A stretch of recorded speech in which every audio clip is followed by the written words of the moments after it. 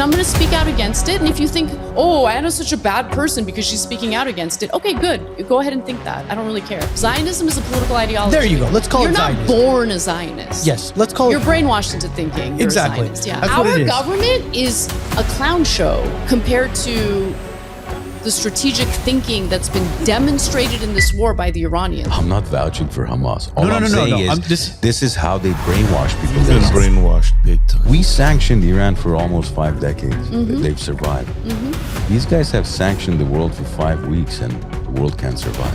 Imagine that. That's a really great point. Okay, I'm gonna get in trouble for this comment, but I've had 2 whiskeys, so it is what it is. And they were like, you guys are paid by the IRGC, you guys are traitors.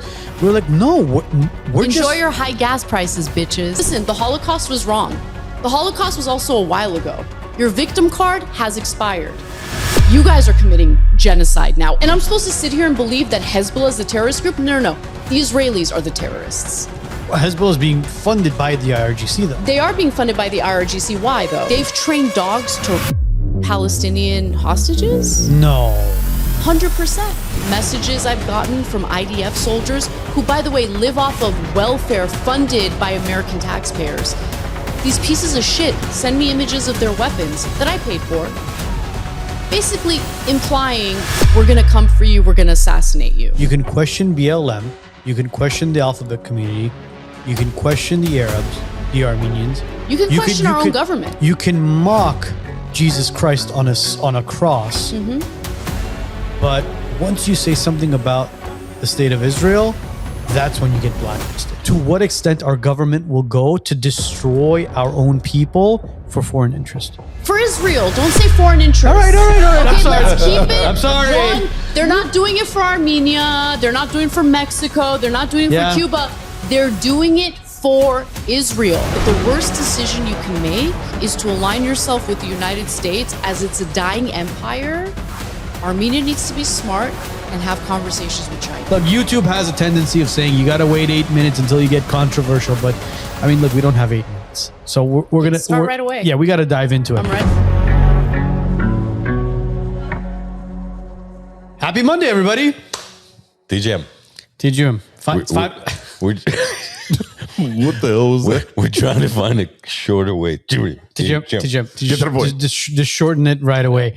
I mean, we sat down, we had an amazing meal and an amazing conversation for well over an hour. Yeah. It was practically a podcast, but we're pleased to have back one of our favorite guests, Mrs. Anna Kasparian. Hey. How you doing? Doing great. I mean, I love doing this podcast. You guys are the best hosts. Aww. You say that to everybody. No, I don't. I actually do not say that to everybody. You guys are the best hosts. Is it because we're Armenian? Kind of. Honestly, yes. It feels home. You guys get it. I don't know. It's interesting because I feel like cultural similarities makes you feel like you're with family. You know, like I feel like I'm hanging out with family right now. It's awesome. Yeah. And it's funny. Anytime somebody is a guest on the show, we always tend to we're like the Armenian grandmas. Oh, they're the best. We just put food in front of them and go eat. This is good. This is good. This is kebab. This is under rice, under the pan. It's fried. It's good. Lots of butter. Not only that, Armenians keep the drinks flowing. Okay, they keep pouring and pouring. Christian. That's how we get information out. There you go. There we go. We could actually say Kenats. We could actually look a lot of insider jokes. There's a lot of stories that were told off air. We'll put B-roll without audio, and you guys could just. Oh, I don't like those scare quotes. You told me no audio. I said without audio. Promise. Without audio. Without audio. Well, I mean, you got to do the quote unquotes because everybody's kind of takes stuff out of context. But no, it will be without audio. Okay. Without audio. Good, because I said some naughty things.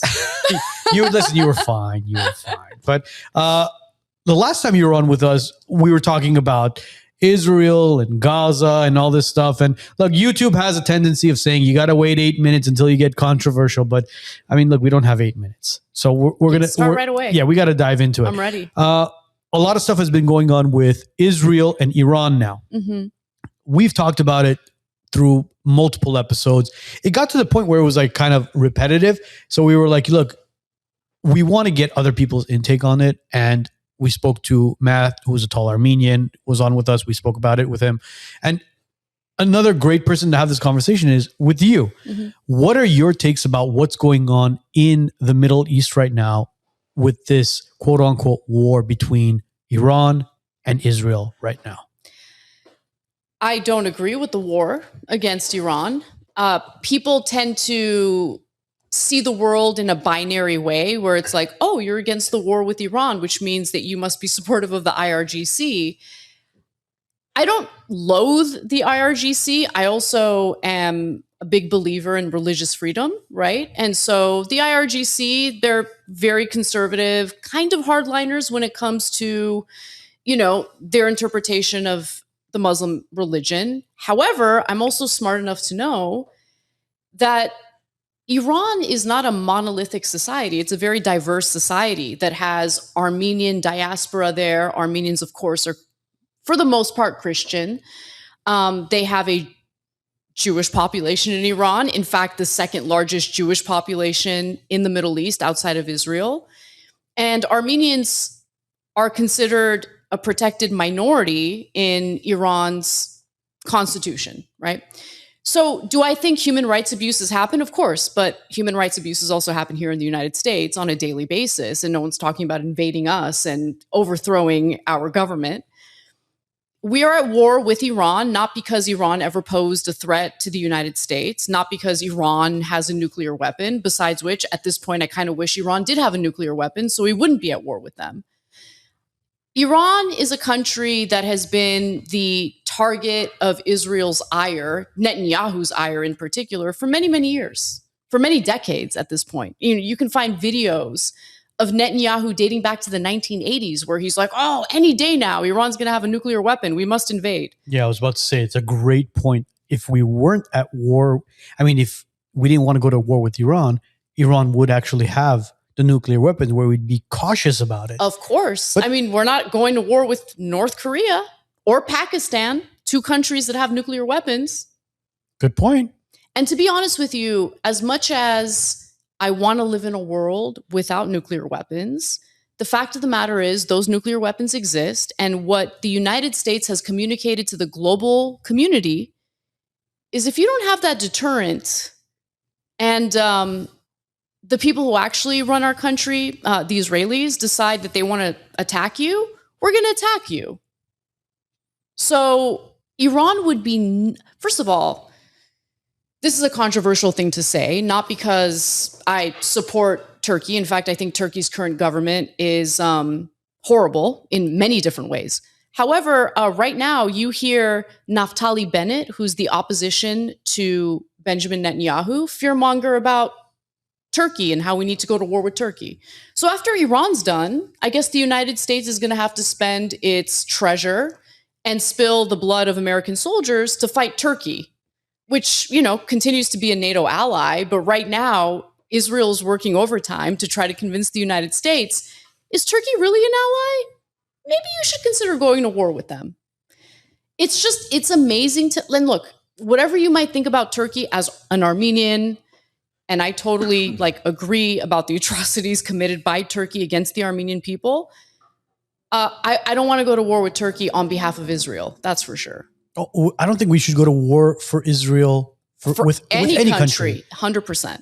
You talk about Iraq and the weapons of mass destruction. Mm-hmm. Benjamin Netanyahu was in front of Congress spewing lies about Iraq having weapons of mass destruction, how they're a threat to the Middle East, and how we should invade Iraq to get rid of those weapons of mass destruction.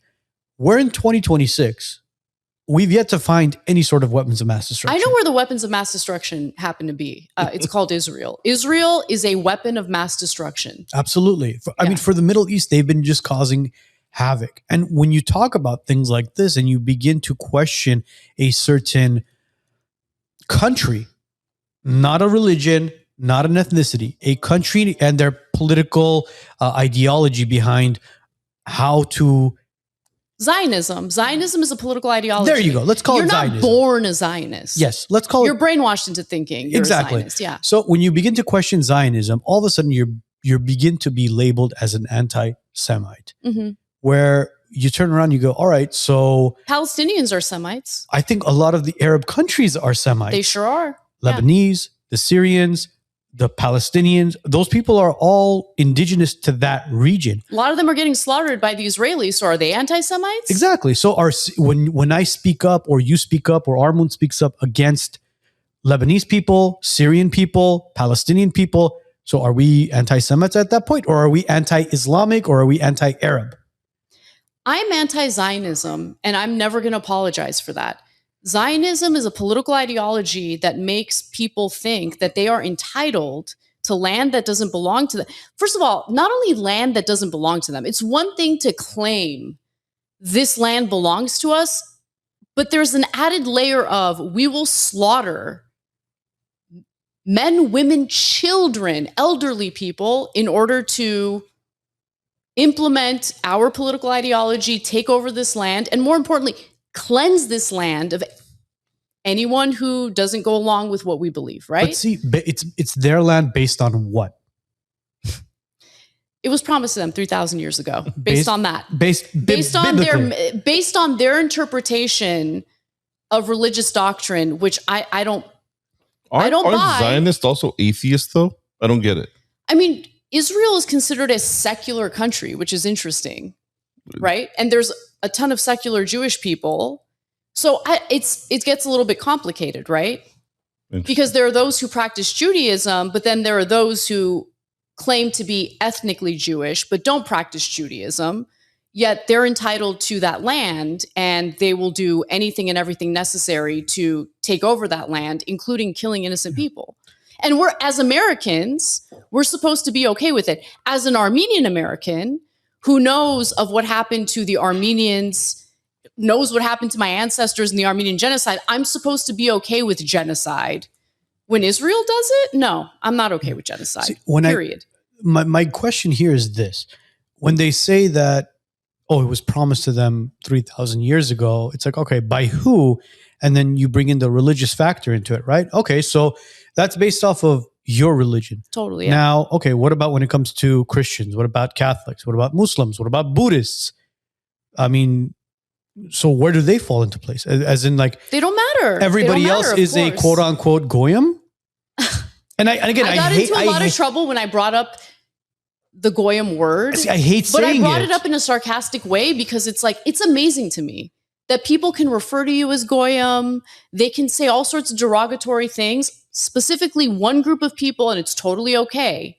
But if you call them out in how they refer to you as someone who's non-Jewish, oh my God, you're anti-Semitic for acknowledging that a group of Jewish supremacists, that's what they really are using derogatory terminology to refer to non-Jews. I want to be clear, it's not all Jewish people. But there are supremacists, just like in every group, there are supremacists, yeah. Like look, in America, there are supremacists when it comes to the white race. There are supremacists when it comes to Christianity. There are supremacists. There are even black supremacists. It exists in every group. You're allowed to call it out in every group. You're not allowed to call it out when it comes to supremacists within the Jewish population. But they exist. And I'm going to call them out if they think that it's okay to be discriminatory against other groups of people who don't share their identity. Yeah. So now you have Israel being involved with Iran. And as you mentioned a little earlier, Benjamin Netanyahu, since I think 2020, probably 2001 or even sooner than that, in front of Congress, in front of the UN, has been constantly saying Iran is weeks away from creating a nuclear weapon. Iran is months away from nuclear. They have enough enriched uranium to create a nuclear weapon that could take out the Middle East. All right, so 2001, 2004, 2008, 2010, so on and so forth. We're in 2026. Where are the weeks away? It's all made up. It's all made up. It's the same type of lie that convinced the American people to support a war against Iraq, which was completely disastrous. Look, both the Bush administration and the Israelis exploited what happened on 9/11 to manufacture consent for a war against Iraq. They lied to us and said Iraq has weapons of mass destruction. Obviously, they didn't. It was totally made up. By the way, let's just very briefly discuss the fact that in the 1980s, the United States armed Iraq with chemical weapons to use against Iran. The Iraq-Iran war in the 1980s, Che. All right. I mean, apparently that's totally okay to arm Iraq with chemical weapons and then, 2 decades later, talk about how, we got to attack Iraq. They have weapons of mass destruction. Is it because we gave them chemical weapons? Is that what they were referring to? Well, I mean, we did the same thing with Al-Qaeda as well. Mm-hmm. We armed them to fight the Soviets. So then we turn around and we say, well, why is Al-Qaeda armed and we should go after them as well? And Osama bin Laden is dangerous. So we armed the Taliban in order to fight the Soviets. Was it the Taliban or was it Al-Qaeda? Maybe Al-Qaeda too. I'm not sure, but definitely the Taliban. I know that for a fact. So we did that in Afghanistan to fight off the Soviets. It was a viral video of Hillary Clinton talking about doing that. And it's amazing. If you pay close attention, politicians just say what they're doing. They're pretty overt in their treachery. And so, we got to fight the Soviets, so let's arm the Taliban, which we then fight in Afghanistan for 20 years and lose, of course. How many American soldiers died fighting that ridiculous war? How many American soldiers died in Iraq? And by the way, that was a war on behalf of Israel. They didn't send a single IDF soldier to Iraq to fight that war. Just like is the case with Iran, right? Right now, you have this pressure to send U.S. troops on the ground in Iran to get the nuclear dust, as Trump refers to it. I'm sorry. I wish Iran. So Iran's Ayatollah, who was assassinated in this war, he had what's referred to as a fatwa against building nuclear weapons. It's like literally against their interpretation of their religion to build nuclear weapons. I wish they built a nuclear weapon. Not because I think they're going to use it against the West or they're dangerous, but because it would have been a deterrent and it would have prevented the war that we're currently caught up in. And right now, I mean, let's just acknowledge Iran could have taken control of the Strait of Hormuz prior to this war. Even as they were dealing with insane, crushing economic sanctions by the West, by the United States, they decided, no, we're not going to do that. Are you kidding me? If I were the leader of Iran, I would have taken control of the Strait of Hormuz a long time ago. Oh, you're going to do the economic sanctions and crush my people? I'm going to take control of this strait where 20% of oil and gas, and by the way, fertilizer, is transited through. Yeah. But they didn't do that. They didn't do that, which blows my mind, which shows you the insane restraint and patience the Iranians had despite the pressure from the unfair pressure from the United States at the behest of Israel. Now they have control of the Strait of Hormuz. That's their nuclear weapon. And they're crushing the global economy. None of this had to happen. None of it. And there's a reason why Trump went to China as well recently. Exactly. Because China's feeling it. The US is feeling it. Look, Armon's mentioned that as well in the podcast before. Iran is not Afghanistan. Iran is not Iraq. Iran is not Venezuela. I mean, you're talking about brilliant minds that have come out of that country. And not to say brilliant minds haven't come out. No.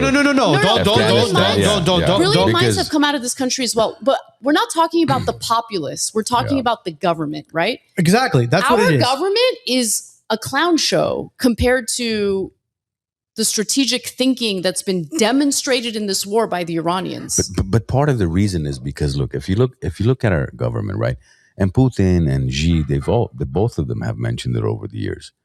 They're like, listen, we're not concerned about your president because your president is there for 4 years, max 8 years. Mm-hmm. I'm going to be here for 20, 30, 40, 50 years possibly. So I have a lot longer time to implement my strategies than you do with your 4 and 8 year term. And even between the 4 and 8 years, you're constantly fighting a potential impeachment and you've got Congress going against you, Senate going. It's just a constant battle. Whereas countries like Russia, China, nobody's going against Xi or Putin saying, well, sir, we need you to. There's no conflicting ideology there. I'm not advocating for dictatorship, but that's the reason why they could patiently sit and wait for, it's okay, next administration will take care of it. So look, I think the United States is at a disadvantage, not for the reason you're pointing to, although my personal opinion is the administration at this point doesn't even matter, because the deep state, those are the decision makers. Those are the people who run the agenda. And whether you have an Obama as president or you have a Biden as president, doesn't matter.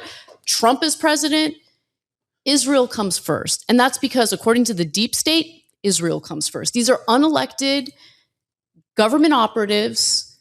They've been working as government operatives their whole lives. They're the decision makers, and their priority is Israel. And I think that's pretty clear, pretty obvious. That's why you have this. Of the same coin, essentially. You have consistency in the pro-Israel ideology, regardless of whether you have a Democratic administration in place or a Republican administration. Absolutely. Obama barely tinkered on the edges of Israel. So when he first got elected in 2008, one of the first things he did that got him in trouble with Israel is he said, pretty please stop building the illegal settlements. That was it. Enemy of Israel immediately.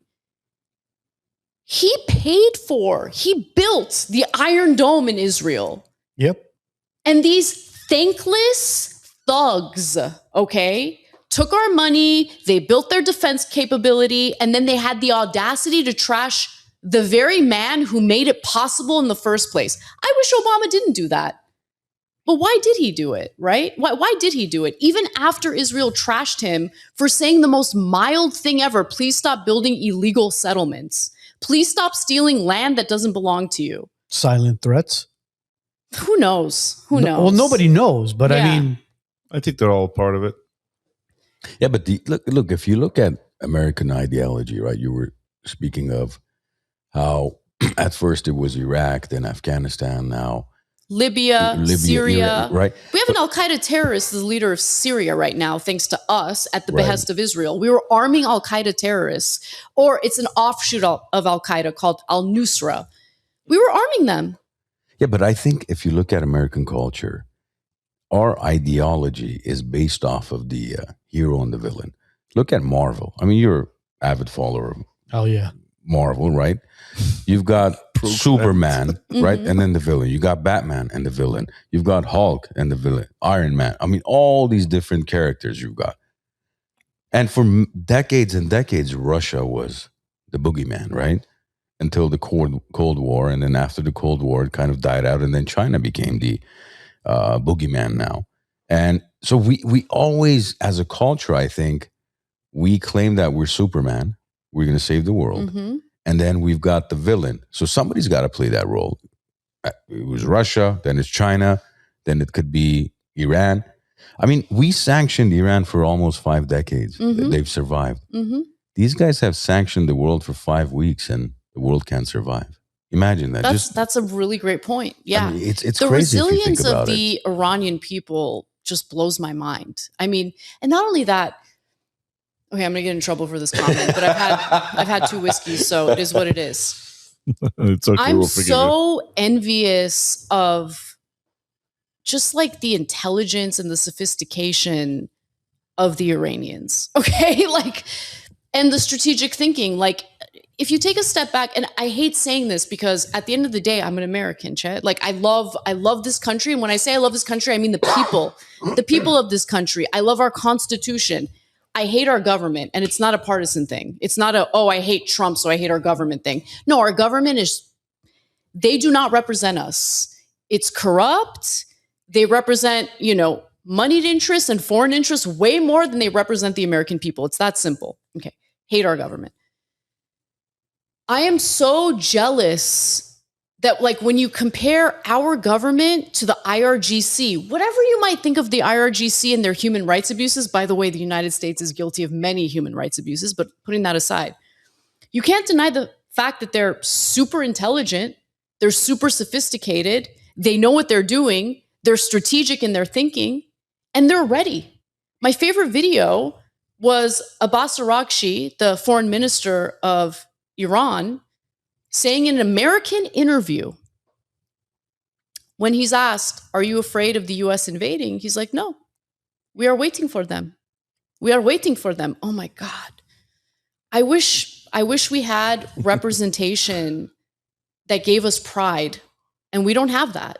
We don't have that. We have an embarrassing government that values a tiny little sliver of an irrelevant country in the Middle East full of thugs, full of mobsters, full of people who think they're entitled to land that doesn't belong to them, and they'll literally slaughter children to take that land. See, the question here is, how does it benefit us in any way to go to war with It Iran? doesn't. It doesn't. In fact, it hurts us. Exactly. But unfortunately, a lot of people were brainwashed and used for the past, I want to say, 3 to 4 months talking about a regime change. On air, we sat here and we said, guys, take a couple steps back and wait. Is there going to be a regime change? We haven't lived in Iran. Our parents have lived in Iran. We were fortunate enough that our parents left prior to the Khomeini taking power, but they know enough about that political party or that religion where if they take power, they're taking power for a very, very long time. And we were like, okay, if the Khamenei is killed, they got 5 or 6 people lined up right after him. They have decentralized their power. Oh, yeah. Yeah. So when we questioned it and we said that, okay, can we take a couple steps back and figure out what's really going to happen? Because, okay, if the Khamenei is killed, you really think that Reza Pahlavi is going to come in there and be the transitional leader? We got so much shit. And they were like, you guys are paid by the IRGC. You guys are traitors. We were like, no, we're Enjoy just... your high gas prices, bitches. Exactly. Enjoy your high gas prices, okay? Dupes of the Israeli and American government. Yeah. Okay, you think a man who hasn't been in Iran for 47 years is going to be desired by the Iranian people as their monarch? Why? Because a bunch of Iranian West Hollywood diaspora, Iranians. mostly Iranian Jewish diaspora, who value Israel before they value the Iranian people. Let's just keep it 100. Because they said this? And You're going to trust those people. Okay. How about you guys? Can I curse? Yeah. You can do whatever you Fuck want. those people, number one. Beep. Okay? I Fuck love those people and fuck Rachel. You know who you are, Rachel. Fuck you. I'll come for you. She knows who she is. Yeah. She knows who she is. Come for my husband again, bitch.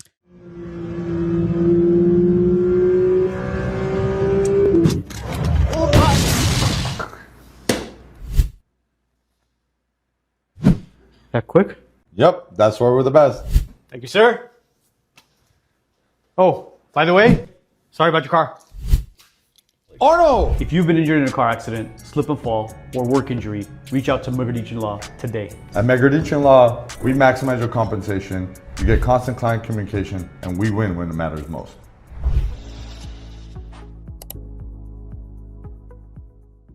There's a very simple way we can prove how you're 100% right. Because if tomorrow the Iranian government said, listen, guys, we need 2 million people to show up, front lines, military.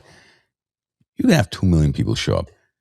Let's go to LA and all the Iranians who are supporting Mr. Reza Pahlavi, the Mr. Zoom leader who's been, who has a 12-inch barricade. Let's be careful now. When he's no, seriously. 12 foot. Inch is a little... Is it 12 foot? You say foot. We're talking about the barricade. Yeah. Okay. His glass security There's and no everything. 12 inches on that guy. Yeah, definitely. So, I mean,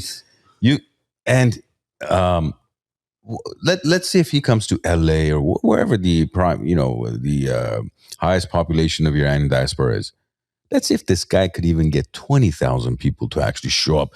Yes, sir, we're behind you. We're going behind front lines. Because like you talked about, the leaders of the past, the founding fathers and the Eisenhowers, and then all these guys were generals who fought. Yes. They put their lives on the land. Now we've got these politicians who sit in the comfort of their office and, no, let your sons and daughters go fight the war. Totally. Not even our war, Israel's war, right?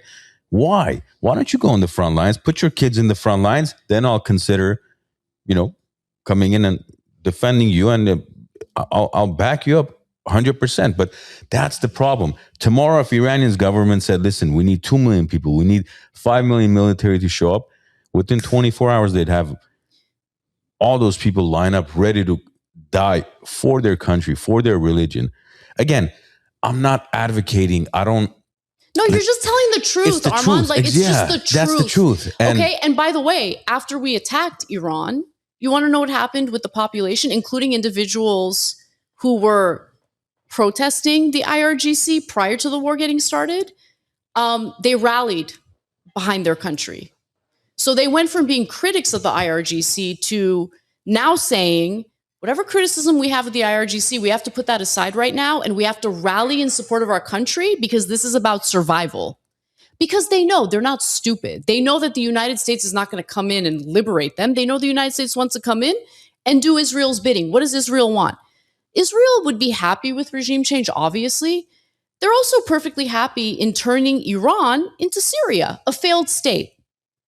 And so the Iranian people are intelligent people, regardless of what their political views might be, whether they're critical of the IRGC, supportive of the IRGC. What people don't understand is this is a country that's been dealing with crushing Western sanctions for decades. They are resilient, they are intelligent, and they see everything for what it is. They're not duped the way, unfortunately, some in the United States are, not because they're dumb people, but because our media is controlled by Zionists. Yeah. It just is. And when I say media, I'm not talking about independent media. I'm not talking about shows like this. I'm talking about legacy media, corporate media, totally controlled by Zionist ideology. Yeah. The Foxes, the CNNs, Yes. the MSNBC. But Yes. don't you think they also invest in podcasts like not like ours, but even Totally. like ours? Totally. I'm sure that they're not dumb. Yeah. So they're realizing, oh, wait, we had a blind spot when it comes to independent media. And you can tell which independent media has some Zionist funding behind it. Yeah, those podcasts are dying out. But They are. we had a conversation with a follower of ours, and they mentioned something about bombing Tehran, bombing Esfahan in order to create a regime change. Esfahan, where all the Armenian Christians are, right? There Yeah. you go. Okay. And we questioned him back, and we said, listen, in 1979, when Mohammad Reza Pahlavi was overthrown by the Khomeini, Mm-hmm. how many bombs were dropped? None. He said none. I Yeah. said, okay. So in 79, they could drop 0 bombs and have a regime change. Mm-hmm. But in 2016, you're willing to, or 2026, I'm sorry, in 2026, you're willing to level out your country, your capital, in order to have a regime change? I'm like, dude, I was not born in Iran. My Yeah. parents were born in Iran. Armon's parents were born in Iran. and our great Grandparents were born in Iran. Yeah. And this is unfortunate because of the Armenian genocide, where Armenians were scattered all over the Totally. Middle East. But I want to one day go to Iran and see where my dad played soccer, where my mom Mhm. grew up and played with her jump rope with her friends and her neighbors. I want to eat the food there. I want to see the culture there, because the culture is a beautiful culture. 100%. And you are talking about bombing your own capital? Okay, so we're talking about the Iranian diaspora Yes. living in the safety of Beverly Hills. I love you, babe. That's my husband. He's Cuban. But I have some thoughts about Cubans. We love Christian as well. Cubans and Iranian diaspora. Let's talk about them. I have never seen... I have so much respect for the Armenian diaspora because I have never once heard a single Armenian in America call for the bombing of our homeland, okay? Because they don't like the government that's in charge in Armenia. But it's very different when it comes to not all Cuban diaspora, not all Iranian diaspora, but a pretty significant portion. It is sick to call for the destruction of your homeland because you don't like the government there. Because the destruction of your homeland means you're going to kill innocent people and you're going to destroy a huge part of your culture, because wars usually mean World Heritage sites get targeted and destroyed. I mean, that's what's happening in Iran, right? Yeah. And out of all the people that I can think of that I respect the least, it's people who call for the slaughter and destruction of their homeland because they don't like the government or the regime that's in charge there. Armenians are special, man. I have to say, because Armenians, we don't call for stuff like that. But more importantly, when have you ever seen an Armenian weaponize their identity in order to move up the economic ladder in America or to win an argument? It's Low hanging. imagine if Armenians behaved the way Zionists in America behave. We went through a genocide. Do we weaponize the genocide to get cookies and goodies and all sorts of things like these Zionists do? It pisses me off that like they get away with it. Why is this okay? Listen, the Holocaust was wrong. The Holocaust was also a while ago. Your victim card has expired. You guys are committing genocide now. Or if you're in America, you're providing cover for genocide.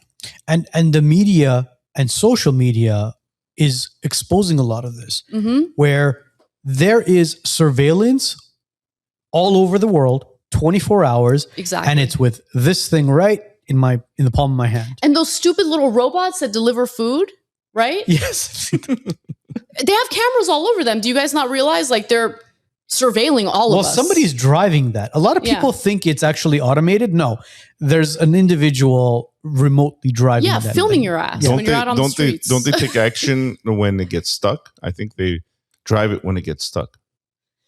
Or else we got to build a critical hours. mass to kick these things onto the street and destroy them. Yeah. That's what I think about it. But that's a side point. Yeah, but it's sad what's happening to the people of Iran, because unfortunately there's a massive divide there as well. And people take religion and they take politics and they weaponize it, as you mentioned as well. But people need to realize that this is no longer a left and right thing. This is a good versus evil thing. And if you take if you take a couple steps back and analyze who the evil is, unfortunately, it's Israel. Yes. Their hand is in the cookie jar, and it hasn't left that cookie jar for quite some time. For decades. For quite some time. But when will people wake up and realize that they're the actual issue? Nobody knows. Because it's that anti-Semitic weapon or that anti-Semitic card that's constantly pulled out of their back pocket. But honestly, at this point, they've literally referred to everyone who isn't a hardcore cheerleader of Israel an anti-Semite. You're like, we're all anti-Semites in their eyes.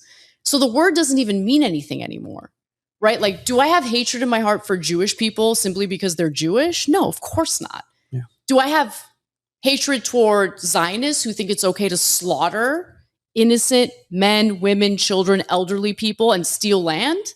And by the way, do so by driving the United States deeper and deeper into federal debt? Do so by spilling the blood of American soldiers? No, I don't support any of that. And I'm going to speak out against it. And if you think, oh, Anna's such a bad person because she's speaking out against it, okay, good. Go ahead and think that. I don't really care. But I'm not going to like be quiet about it as a person who comes from a people who suffered a genocide. The idea that I would remain silent about this is ridiculous. And like, by the way, the bullying tactics, the efforts to destroy your life, get your family members fired from their jobs for having the audacity to speak out against genocide, it's amazing to me. Like, it's really amazing. Like, they make you out to be the worst person on the planet if you're against Israel's project. Yeah. Here's some breaking news from about 5 hours ago. I want to read this on air for everybody. Donald Trump says he was planning on an attack on Iran, but now has postponed it for the next 2 to 3 days following a request by the Arab leaders as negotiations continue. Trump says the military remains ready to strike at any moment's notice. What are we negotiating? I'm curious. What are we negotiating? I feel like this is another bluff that he's saying, oh, I was going to attack, but you know what? Pakistan got involved. I was going to attack, but you know what? The Arab nations got involved. I was going to attack, but the Saudis got involved. It's like, dude, these people aren't calling your bluff anymore. No, I mean, they never have. And think about, okay. Well, I mean, they are calling his bluff. They are calling his bluff, but my point is, think about how weak the United States looks when the president of the United States repeatedly makes these insane threats and then walks it back. Because look, if you compare what we did in Iraq to what's happening in Iran, the military buildup, the number of troops, I mean, we had hundreds of thousands of troops fighting in Iraq. Yeah. We have like 50,000 troops in the area right now. And by the way, they're not all combat veterans, not even close. I think like around 5,000 to 10,000 might be combat veterans. But the rest are like it's military not boots on the ground, right? It's not boots on the ground. It's not boots on the ground. It's just like in the Middle East We do not have a troop buildup in the Middle East to go to war with Iran. And by the way, if you look at Iran's terrain, it's even more challenging than Iraq's. I'm not a military expert. I instead trust military experts in their analysis of this. So if you guys want a really good look into how difficult to impossible it is to beat Iran militarily or to reopen the Strait of Hormuz militarily, these are not lefty generals, okay, or colonels. These are pretty conservative colonels.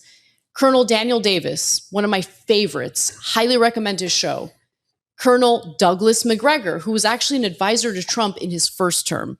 Listen to what they have to say about the war against Iran, and you'll get a good picture of how disastrous this is for the Americans, not for the Iranians. What have they said? So there really is no military way to defeat Iran. The only way to get concessions from Iran was through diplomacy. And a few days prior to starting the war against Iran, the Pakistani mediator went on one of these Sunday news shows to give, the American people an update on how the negotiations were going. Iran was willing to give up. I can't even believe this. They were willing to give up their enriched uranium. But that's a little bit inconvenient because Israel wants a war. Wait a minute. Israel doesn't care about the enriched uranium. Back up a little bit. Israel is a nuclear power, right? So like the idea that the Israelis are like shaking in their boots, oh my God, we're so worried about enriched uranium in Iran. You guys have clandestine nuclear weapons. You're not part of the, the non-proliferation treaty. Every nuclear power is part of the non-proliferation treaty, except for Israel, which, again, refuses to acknowledge their illegal nuclear weapons. And they're pretending to be worried about Iran's enriched uranium. Number one, they had a fatwa against building nuclear weapons. Number two, even if they enriched their uranium from 60% to 90%, which is necessary to build a nuclear weapon, they didn't have a way of delivering the nuclear weapon. Right? And they weren't building a nuclear weapon to begin with. It was all BS to begin with. It was always about toppling Iran's regime, turning Iran into a failed state, so Israel can expand its borders and go unchallenged. Hezbollah is funded and supported by Iran. Hezbollah is the only thing resisting Israeli aggression in Lebanon. Look at the Lebanese government is a joke. The Lebanese military is a joke. They're not defending their own people. They're not defending their own damn borders. Hezbollah is defending their borders. And I'm supposed to sit here and believe that Hezbollah is the terrorist group? No. The Israelis are the terrorists. Well, Hezbollah is being funded by the IRGC, though. They are being funded by the IRGC. Why, though? And by the way, let's talk about the history of Hezbollah. How did Hezbollah become what it is today? How did it form? It was formed in the 1980s after Israel invaded southern Lebanon in an attempt to annex and take southern Lebanon. So was Hezbollah funded and trained by Israel? No. Hezbollah is funded and supported by the IRGC. No. I'm talking about back then. No. You're confusing that with Hamas. No. I know. That's what I wanted to kind of compare it to. I wanted to see if back then, okay, Hezbollah was formed. You said when was it again? So in the 1980s. So okay, 1980s. One of the many times, it wasn't, by the way, the first time, but one of the many times Israel attempted to invade Lebanon and take the southern half. Mm-hmm. Basically, a resistant group rises, and that resistance group is Hezbollah. Okay. Hezbollah forms as a way of resisting Israeli aggression, and they are supported by and funded by the IRGC. That's why Israel hates Iran's regime so much, because Iran's regime, by the way, we're talking about Shia Muslims, in Lebanon, in Palestine, they're Sunni Muslims. Isn't it insane that Shia Muslims are the only ones in that region defending the Sunnis? It is very strange.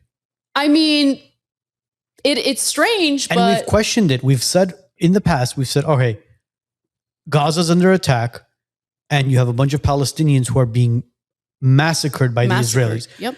Where are the Jordanians? Where are the Saudis? Where is UAE? Where are all the... Israel did a great job ensuring that they have weak, pathetic governments in these countries that either do the bidding of Israel or they don't challenge Israeli aggression. That's what we're seeing in Lebanon right now. What's happening in Lebanon right now is a disgrace. How many, by the way, I don't care if we're talking about Muslim civilians or Christian civilians or atheist civilians. Civilians are civilians in my eyes. They're people, innocent people. Yeah. But a lot of Americans have been brainwashed into thinking, by the Israelis, by the way, that's the source of all this propaganda, that like, ooh, you got to be really scared of the Muslims. The Muslims are so dangerous. I mean, I don't see a Muslim country sucking up our resources, like forcing us into debt, forcing our soldiers into fighting their wars for them. That's Israel. But okay, putting that aside, I forgot where I was going with that. Too many whiskeys, We've been brainwashed big time. No, a lot of people have been brainwashed into thinking like our number one threat is Muslims. In the United States, Muslims are a tiny, I don't want to say irrelevant, but they're a tiny population of people who have no power. Well, even during when the Gaza war first started, right? Do you guys remember for months and months, if not years now, the media was constantly pushing, what will happen if Israelis drop their weapons versus what will happen if the Palestinians, they don't even call them, Hamas drop their weapons, right? I mean, what weapons? What are we talking about? That's the thing. Little pea shooters? Has anybody? Have you seen a Hamas member all this time? Have you ever seen any like? Well, the Hamas member. Look, the Hamas I don't even know what members, Hamas looks like. Hamas, they call them freedom fighters. That's what they call them. But they're basically it's militia. I mean, they're Palestinians. They have their own kind of. They have no military. No. They're freedom fighters of their own. But the one thing that I will disagree with Hamas is that during the 2020 Artsakh war, the leaders of Hamas did call Aliyev and Azerbaijan and congratulated them on quote unquote taking back land that was rightfully theirs. Okay, well, fuck Hamas. Well, yeah, which I turned around and I was like, you know what, bro? Again, listen. I'm not vouching for Hamas. All I'm saying is this is how they brainwash people is just like they say, not every Muslim's a terrorist, but every terrorist is a Muslim. And that's been embedded in us, right? Yes, in America, that's the propaganda. You see? Yeah. But I'm sorry, in my opinion, no terrorist worse than the Israelis exists. I'm sorry, but like they've trained dogs to rape Palestinian hostages? No. 100%. The New York Times, of all places, like Zionist Publication 101, recently publicized a story about that. Dogs, yeah. They're using dogs to rape Palestinian hostages. And I say hostages because we're talking about Palestinians that were kidnapped by the Israelis, thrown into these, torture prisons. They haven't been charged with a crime. They've never seen a day in court. They just languish in these facilities for months and months and months. They get raped. They get tortured.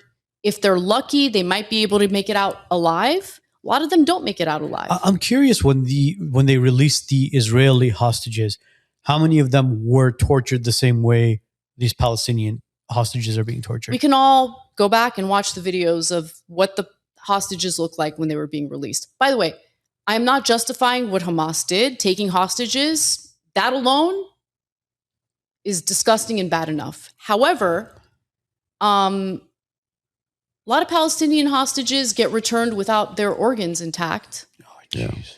Israel won awards for, the most organ transplants. Where'd they get those organs from? No shit. Are you serious? Look it up. I don't make any of this stuff up. Look it up. Look, the fact, here's what, what bothers me is that, because obviously anybody can take a clip, take it out of context and post it. Oh yeah, look, they support Hamas. Oh, look, they support the IRGC. Oh, look, they support so. But the fact that every 5 minutes we have to reiterate the fact that I don't advocate for this. Listen, guys, we're not a BLM. We're not an ALM. We're not a MLM. We are Human Lives Matter, okay? HLM, that's it. HLM. Nothing else matters. Every single human being has the right to exist. Armenian, Palestinian, Israeli, Egypt, you name it, Cuban, Egyptian, everybody, Chinese, they all have the right to exist. The fact that we have the audacity to think we're going to create this bullshit propaganda, go kill thousands of people, and then blame them for an attack that never occurred because we orchestrated the attack, we funded the attack, and then it was a false flag, but then we're going to create another propaganda and hire PR for all this bullshit for what? I mean, what's the end game here? And I think that's what Trump, even, look, all these years I've never seen Trump ever. He called, North Korea's leader the Rocket Man, and he's made threats, and, I think it was the Al-Qaeda leader where he said, here's the your location map, and if you fuck around, we know where you live. Here's a picture of your house. But he's never ever threatened the country with a nuclear bomb, except for Iran. Yep. Right? And why did he do that? Because I think he knows it as well that we can't fuck around with these people. Well, he can't. They have blackmail on him, obviously. No. Meaning, yeah, we cannot have boots on the ground in Iran. There's no way we're going to survive the terrain. I don't know. I mean, look, I agree. I think he knows that. You cannot have boots on the ground but because he those knows soldiers that. are going to get slaughtered. For sure. Why else do you think he's making these fake threats? He's never done that. Have you ever heard him say, we'll send something your way that your whole civilization will disappear? He's running out of options, maybe. I agree. I think he is running out of options. And I think Trump has been able to skate by coercion or issuing threats and getting people to play by his rules simply over the fear that he's going to make good on those threats. But here's the thing about the Iranians. They're not easy to manipulate. They're a lot more sophisticated. They were totally underestimated by our government. By the way, I just knew. I'm like, they don't know what they're getting themselves into. They think Trump sometimes he has good instincts, but at the end of the day, he's not an intellectually curious person. So he views all Muslims as the same, right? So it's amazing because there's Muslim extremism in Saudi Arabia, but he turns a blind eye to that and pretends as though Iran is so much worse. There's a form of Muslim religion called Wahhabism, which is practiced in Saudi Arabia, which is far more extreme than anything the IRGC practices. What is that exactly? Saudi Arabia is a huge oil producer that, on the down low, had friendly relations with Israel. Israel controls us. And I mean that with my whole chest. Israel controls the United States. The United States is not controlling Israel. Israel is not a puppet government of the US. That's all BS. Israel controls the United States, and it's not because of some conspiracy. It's because they have a well-organized foreign lobby that funds our politicians. And if that doesn't work, what do you think Epstein was? Blackmail. So that's what Epstein was. If we use the theory of the chicken and egg, so which came first? Was it US or Israel? Well, the US came first. Right. The US actually, if you look back at former administrations, like the Reagan administration, the George H.W. Bush administration, they were willing to check Israel on certain things. George H.W.? Oh, yeah. Really? Oh, yeah. If you look back, there were definitely moments where they're like, no, we're not playing along with this. Because the last president I remember checking Israel was JFK. Well, I mean, he paid a heavy price for that, allegedly. First Catholic president, by the way. I mean, when it comes to JFK, you're right. I mean, he went way further than any of our presidents today would.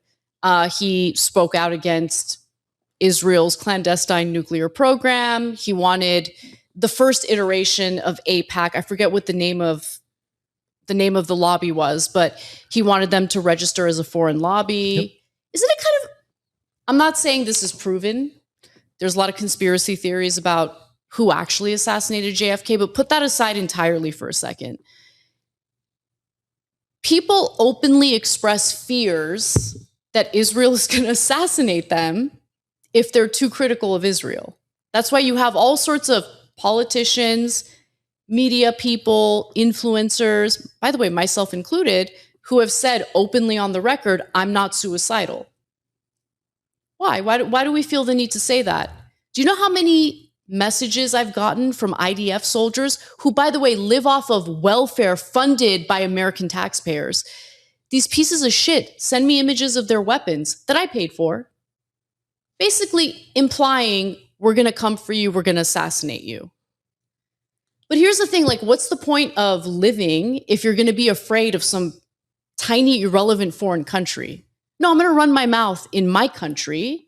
And if you guys are going to try to do something to me, it is what it is. But I'm not going to live in fear of these disgusting terrorists in the Middle East. We got Those are your the real back, Anna. terrorists, We by the got way. your back. Don't worry about it. What happened? We got your back. Don't worry about And it. by the way, like, I'm not suicidal. I'm very happy. I have a happy life. But these people, they have no problem, like, on one hand, threatening to slaughter you because you don't agree with their little project and their border expansion, efforts. But then if you call them out, it's like, oh my God, we're such victims. You're such an anti-Semite. You forgot the Holocaust. Yeah, I just... But see, I think, as we mentioned before, you know how the term racist has been used and abused for? Totally. It's got zero weight, right? Diluted. Yeah, like, oh, you're racist. I'm sorry, what does that mean? I got called racist, like, all week because I said, I don't care about race. I care about who a person is as an individual. Right. Yeah. And I think class is a better indicator of injustice than race is. So they're like, oh, you're a racist. Okay, whatever. And that's where anti-Semite is getting to now. Mhm. It's got zero weight. Maybe 10, 15, 20 years ago, maybe it meant something. Well, if you were referred to as anti-Semite, you're like, why would you call me? You actually probably cared to be like, can you please tell me why you think I'm an anti? So now it's like, I don't give a flying fuck if you can't call me an anti-Semite because everybody's an anti-Semite. Mhm. If you don't support, like you said, the genocide that they've been causing around the world, then you're an anti-Semite. So you're right that they've labeled almost everyone an anti-Semite at this point. Like, you have to toe the line in favor of Israel, regardless of what they do. The second you even criticize them a little bit, you're an anti-Semite. Okay, fine, whatever. I want to believe that the word doesn't mean anything anymore, but it, unfortunately, as soon as you get labeled anti-Semite in America, you lose opportunities, you lose your job. I'll give you an example. Do you think it's going to carry the same weight in the next 3 years, though? I don't think it carries any weight with normal people. Right, but like in Yeah. the corporate world, let's say, in the next 3 years. No, in the corporate world, it definitely carries weight. Yeah. I don't want to say fired because I wasn't an employee, but I was making appearance. I was flying over to New York City to do CNN debate panels. Right. They dropped me. I was an investigative reporter for Real Clear Investigations. I was their California reporter. I wasn't even reporting on foreign policy. I wasn't even reporting on national policy. Just investigative reports from California about California. Got fired because one member of their board didn't like my commentary about Israel. We got to get rid of her. The only reason why I'm still employed is because I'm employed at a company that's critical of Israel. And, Cenk obviously is very vocal about that stuff. And he would never in a million years fire me over my criticism of Israel. But they've tried to destroy the company. Investors or whatever have pulled out over our criticism of Israel.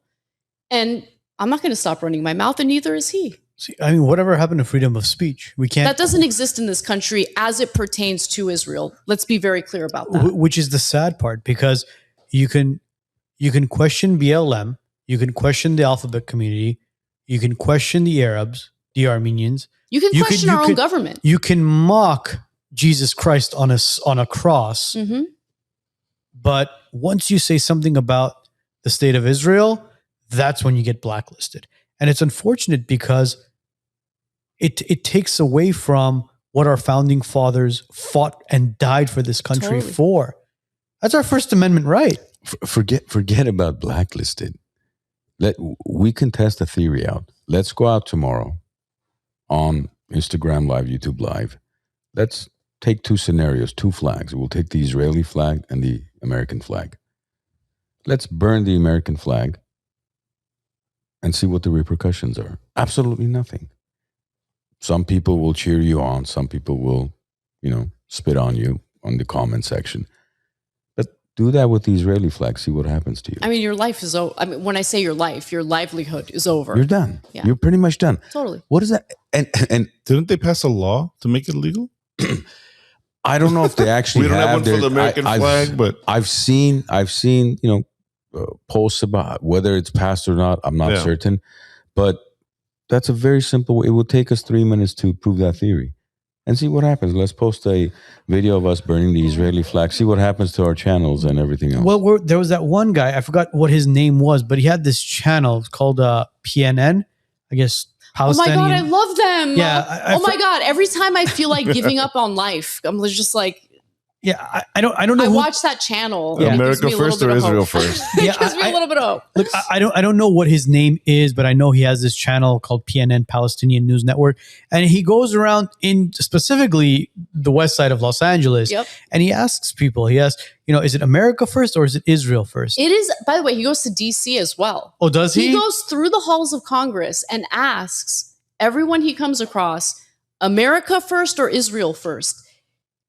I think maybe 1 or 2 times someone has said America first. I mean, it's a very simple question. I can't believe it's a difficult question for people to answer. America first. Obviously, you're walking through the halls of the US Congress and you have the audacity to be like, everyone is so afraid of Israel. Why? Well, Why? not Why only are you that, afraid of I mean, Israel? Why are you afraid of Israel? You're an American walking through the halls of Congress and like a little bitch, okay? You're afraid to say America first? Get out of here. You don't belong here. You don't deserve to be here. We need to get all these people out.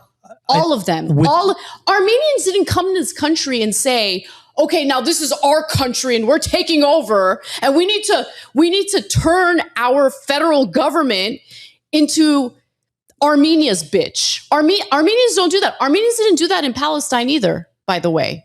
Palestinians took Armenians in and Armenians were grateful. Is that what happened with the Israelis? That's not what happened with the Israelis. They stole the homes of Palestinians who allowed them in. Absolutely. During the Nakba. Yes, During the exactly. Nakba. Exactly. And for those of you that don't know what the Nakba is, go and research it. 1948. It's very, very... I think this world, but especially this country, needs a reset. We truly need to break everything down. And No. You know what we need? We need these UFOs to be legit. We need aliens to come down. We need aliens. Oh, you to take, believe in UFOs? Listen, now? hey, wait. Wait. I said that aliens do exist. What I'm saying now is we need the UFOs and the aliens to come down, kill all of our leaders like they do in the movies, and say, we are here to take over and we've killed all your leaders. I would literally go, thank God. Thank you for killing our leaders. Are you our new leaders now? Please. How deep does it go? The aliens will be anti-Semites. Oh, will they? They will. And then they'll be arrested for being. But you're asking the right question. How deep does it go? Because it's not just about, it's not about the specific people in positions of power today. It's about how our system has been taken over. Infiltrated. No, but honestly, it has. That's what we talk about when we refer to the deep state, 100%. right? These are I don't even know who these people are. You don't know who these people are. Unelected career government operatives who have their own agenda and they're carrying it out. Doesn't matter if it's Obama in charge. Doesn't matter if it's Trump in charge. They're doing their thing. That's what the deep state is. Okay. On top of that, I think that Epstein is one example. I think that a lot of our politicians have dirty laundry, powerful outside interests know about that dirty laundry, and they're holding it over their heads. I think that's what's going on. I mean, look, the Israelis were blackmailing Bill Clinton. Netanyahu was blackmailing Bill Clinton. What do you think? What was her name? Monica Lewinsky. Monica Lewinsky was a honeypot. Yeah. Monica Lewinsky was a honeypot. How do you think Mossad knew about that whole situation before anyone else knew about it? Technology should move your business forward, not hold it back. At Titan Elite IT Services and Consulting, we make sure it does. Our clients don't wait days for help. They get real-time answers, fast resolutions, and dedicated support, both on-site and remote. From Los Angeles to Orange and Ventura counties, our coverage is local, statewide, and nationwide. When you need us, we're already on the way. We're not just an MSP. We build with you. From cloud migration to security to every endpoint in your network. At Titan Elite, we don't just solve problems, we prevent them from happening. We become a part of your team and we grow with you. Titan Elite IT services and consulting. Strategic, scalable, trusted, and always on. Are you looking for a place to kick back and celebrate? Well, the Glen Arden Club has got you covered. Upstairs, you got a private lounge with a cigar room. Downstairs, you got the Moose Den, where you can have cocktails and private events. Hey, are you even hungry? They got an outside pizzeria serving one of the best pizzas in town. If you're interested in becoming a member with the Glen Arden Club or booking an event, contact the Wise Nuts. We'll connect you to the boys at the Glen Arden, and you could become a member here or host your next gathering. Look, you've been at this for a lot longer than we have, right? In the media podcast game. Have you ever sat down with any of these politicians, whether they're, quote unquote, deep state or not, where you've been able to ask them the question of, and you don't have to mention their name, but like, because look, at the end of the day, we talk about chemtrails and we talk about all these GMOs and then poisoning our foods and our water and environment. But at the end of the day, you're like, okay, these people also have families, right? Mm-hmm. Whoever's in charge also has a family. Now, maybe they have the anti-venom that they take, for example. Let's be conspiracy theorists here. But have you had an opportunity to sit down with one of these powerful people, whether politicians or, the elites, quote unquote, and ask them truly, like, how do you sleep at night? I mean, where's your morale, your ethics, your values? Do you yourself have a family? And what are you trying to accomplish with all this? Have you had that opportunity all these years, or? Every time I find myself in a position of debating a hardcore pro-Zionist, they either run away, like Jillian Michaels did on the show that I hosted with her on PBD's network, or they obfuscate. They never give you a straight answer. And again, it goes back to what motivates them, especially if you identify as a Christian American, right? Now, if you're an evangelical Christian American and you're on the older end, unfortunately, your religion has been infiltrated by Zionists, and they have convinced you, brainwashed you into thinking you must bless Israel regardless of which government is in charge. Otherwise, you're not going to make it into heaven. It is so sick to me. I got to say, I grew up Christian. I grew up going to Sunday school from age 3 to 19. Every Sunday, I went to Sunday school. So at 19, 20, I decided I'm an atheist now. And you want to know why? It was because I started seeing evangelicals and what they were saying, and I'm like, ew, this is what Christianity is? I didn't learn any of this stuff in church. I went to an apostolic Armenian church. I didn't learn any of this stuff, but if this is what Christianity is, I want nothing to do with it. Little did I know at the time, no, this is a faction of Christianity that has been brainwashed by Zionists, okay? What I was taught, nothing like this. In fact, the stuff I was taught in Sunday school was wonderful stuff. Forgiveness, judging people based on their character, not based on their identity. There's a lot of wonderful tenets, like core tenets of Christianity. And I'm starting to, I'm not a hardcore Christian or anything like that, right? But I'm starting to touch base with those things now, because I think operating and functioning in life that way is a good thing. Well, yeah, it brings in morals, values, and principles. Exactly. It makes you a good person. Exactly. That's what it is. And again, I know you mentioned something about, judging people, but at the end of the day, when you look at it, there's only one person who could judge any of us, and it's the man upstairs. That's the only person. Everything else, regardless of what people's ideologies are and their values and morals are, so be it. When the time comes, they'll be answering to one person. But I wanted to go back to something very quickly. We talked about Israel and blackmail and all this stuff, right? I don't know if you guys knew this. Did you guys know that Monica Lewinsky was Jewish? Yeah. Yeah, obviously. I had no idea. I didn't know, actually. I didn't know, and I don't really care. What I do know. But hold on. But I mean, there's a lot of context to this because She's Netanyahu's niece. oh no No. he's fucking Oh, with us. okay. I was going to say that's I wouldn't be crazy. surprised. The only reason why I Adopted say niece. this is because look, there's that very infamous photo where it's Bill Clinton sitting in the Oval Office, and there's a meme about it where it says the Gen Z will never understand that there's two people in this photo. And for those of you that it flew over your head, rewind and watch it again. But that incident that took place, Monica Lewinsky might have been a pawn to blackmail Bill Clinton, which I Yeah, think she was. That's my speculation. I don't want to defame anyone. we were just talking about that. But though. Allegedly. how did Mossad know that situation was going down? Look, exactly. I think CIA is Mossad. Mossad is CIA. I mean, it's Yeah, it's yeah, all they the were same. they were all Same, founded in this same. during the same period. So within Yes. a 12-month period of time, they The CIA, by the was way, it 12 months? I Of think it was like course. 3 years. no. 47, 48, 49, basically. CIA, Israel, Mossad. Like Or no, it was Israel, CIA, Mossad. no, CIA was before them. Was it? Yeah. CIA was before that. Yeah. But it doesn't matter. The CIA, It's the parent company. the CIA needs to be a totally dismantled, like done away with. Like, if we're gonna have an intelligence agency like that, it needs to be accountable to the American people. You know what's it's crazy? like, sorry, in Meet the Fockers. Remember, it's like when he says, "I'm a former CIA agent."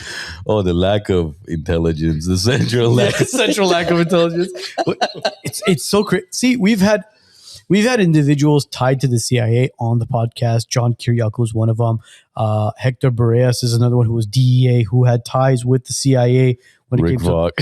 I mean, And Rick then Ross. Rick Ross was another one. Rick Ross was CIA. No. he was working So with the listen to CIA. this story. Okay. So you know who Rick Ross, Freeway Rick Ross is, right? I'm not talking the about. rapper guy. Okay, see, there you go. Okay. So there's a rapper named Rick Ross. Uh-huh. Okay, that rapper's name Rick Ross is not really Rick Ross. It's something else. Okay. He stole the name, or he uses the alias Rick Ross because he stole it from a guy in the late 80s, early 90s, whose real name was Freeway Rick Ross, who was basically unknowingly working for the CIA to create a drug, crack, cocaine epidemic all over the United States. Yeah, yep. Specifically Los Angeles, Yeah, in obviously, in Compton. Mhm. But Freeway Rick Ross was illiterate. He couldn't read. And he was running one of the biggest drug rings unknowingly by or side by side with the CIA. And when we had Hector Boreas and Rick Ross on simultaneously, which was the first time that's ever been done, we asked them, we said, do you think the CIA should be known as a criminal organization? They both looked at each other and chuckled. Yeah, I mean, because it is. I mean, what they did to Compton Oh, yeah. in order to fund the Contras, it's so disgusting. Like, all of it is so to disgusting. Compton or to South LA, Compton. I That guess- was Yeah, the the Rick crack Ross story. epidemic Yeah, was I guess, spurred by the CIA. Yeah, man. Yeah. Selling crack in order to raise funds to fund the Contras. Which That's was what we did. which they were trained where in Nicaragua, or where was it? Where was the training done for the Contras? Oh, that I don't I think remember. it was I think it was Nicaragua. I remember yeah, something I'm like pretty that. Sure, but don't quote me on that. But yeah, it's crazy what to what extent our government will go to destroy our own people for foreign interest. For Israel, don't say foreign interest. All right. Okay, I'm sorry. let's keep it. I'm sorry. One, they're not doing it for Armenia. They're not doing it for Mexico. They're not doing it Yeah. for Cuba. They're doing it for Israel. Would you be okay Israel is the biggest vulnerability to the United States of America, hands down. So either we decouple from that disgusting terrorist state or this country is done. It's that simple. would you be okay if they were doing all that for Armenia? No, I would not be okay. I live here. Yeah. You know, look, I love Armenia and I want Armenia to succeed. At the end of the day, though, I'm an American. We're all Americans. We live here. We want this country to thrive. We want our families to do well. I don't have kids, but I want your kids to grow up and have an amazing future in this country. But that's not going to happen if we are tied to a terrorist regime in the Middle East called Israel. That's what Israel is. It's a terrorist regime. Now, regular civilians, they might be fine. They might be horrible. I don't really care. I'm specifically talking about the government and the military of Israel. It is a terrorist regime with a terrorist military, and I want nothing to do with them. The fact that we have people, we live in LA. There's tent cities all over Los Angeles. We can't do a damn thing about it. But what, we're going to go deeper and deeper into debt for Israel? So We spent $8 trillion fighting their wars in the Middle East. Yeah. When is enough? do you Man, think it's everything my parents said growing up was true. everything. do you think it's a coincidence that Wait, can you hold that thought? sure You were What going to say happened? coincidence. Andrew, can we turn the AC on? It's getting a little. Yeah. Well, Sorry, Musky. but sorry. not 75, maybe like 73 at least. So Yeah. So That's good. There you go. Cool. Yeah, sorry, guys. Okay, you were saying, go ahead. Bring it back. Do you think it's a coincidence that prior to the CIA, the State of Israel, Mossad, which was late 40s, right? 48, 49, that era. Actually, 47, 48, 49 was those three. Mm-hmm. That prior to that, it seems like our life in the United States, our meaning we weren't alive yet, but the families that were living in the United States lived that Leave It to Beaver type of lifestyle. You know, the white picket fence. The wife was home taking care of the kids. The husband worked. They paid off their mortgage. They retired. You know, rode off to the sunset. Do you know how good Empty it was? nesters. Right? And now it seems Yep. like since the 50s, it's Mhm. slowly started declining. And is it a coincidence? No, it's not a coincidence. First of all, let me just say, economically speaking, for white Americans, because of Jim Crow, you can't include black people in this, and that is an injustice. But putting Jim Crow and the disgusting racism and stuff that existed in the 1950s aside, the economy was doing really well for ordinary Americans, right? I mean, people were able to work on, I mean, my best friend's father worked at in the deli of a grocery store or the bakery. It doesn't matter. He worked at a grocery store his entire adult life. He retired early, had enough of a nest egg.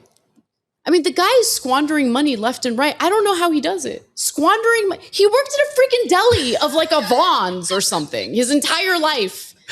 But he's good. He's good. He's good. He's living the life, and he retired early. When I say early, like 60 or 59 instead of 65, right? Yeah. We don't have that opportunity now. No, we don't. I've had this conversation with the boys as well. When it comes to clientele coming to me and saying, "Hey, listen, we're looking to buy a house, blah blah blah blah blah." You know what we've noticed? 10, 15, 20 years ago, somebody who worked at a deli, somebody who worked at a barber shop, somebody who was a mechanic was able to afford a house. We're barely getting lawyers, pharmacists, and doctors pre-approved to buy a house. I know. I mean, let that sink into a lot of people. You're talking about people who are going to school for 5, 7, 10 years to create a career for themselves, are having problems qualifying to purchase a home here in California. Well, our government's too busy toiling away with Israel's demands. They can't be bothered with building housing, increasing the inventory of homes available so middle-class Americans can afford to buy a home and build wealth. Well, do you think it might be, especially in California, do you think it's a mismanagement of tax dollars? Because look, we've seen what's happened with the homeless crisis, with the drug epidemic, fentanyl crisis that we're having right now. And obviously we're seeing what's happening in Sacramento and in Los Angeles specifically with these political leaders who are climbing the stepping stone. Because look, Gavin Newsom was the scum. He is still scum, but Gavin Newsom was the mayor of San Francisco. We saw he did a phenomenal job in San Francisco. He became the state governor now, and I'm sure he's got a lot of plans for running for president. Well, today there was a poll out. He hasn't announced it yet, has he? No. Well, they did a poll where he has a 22% chance of being the Democratic candidate nominee. But who comes before him in that poll?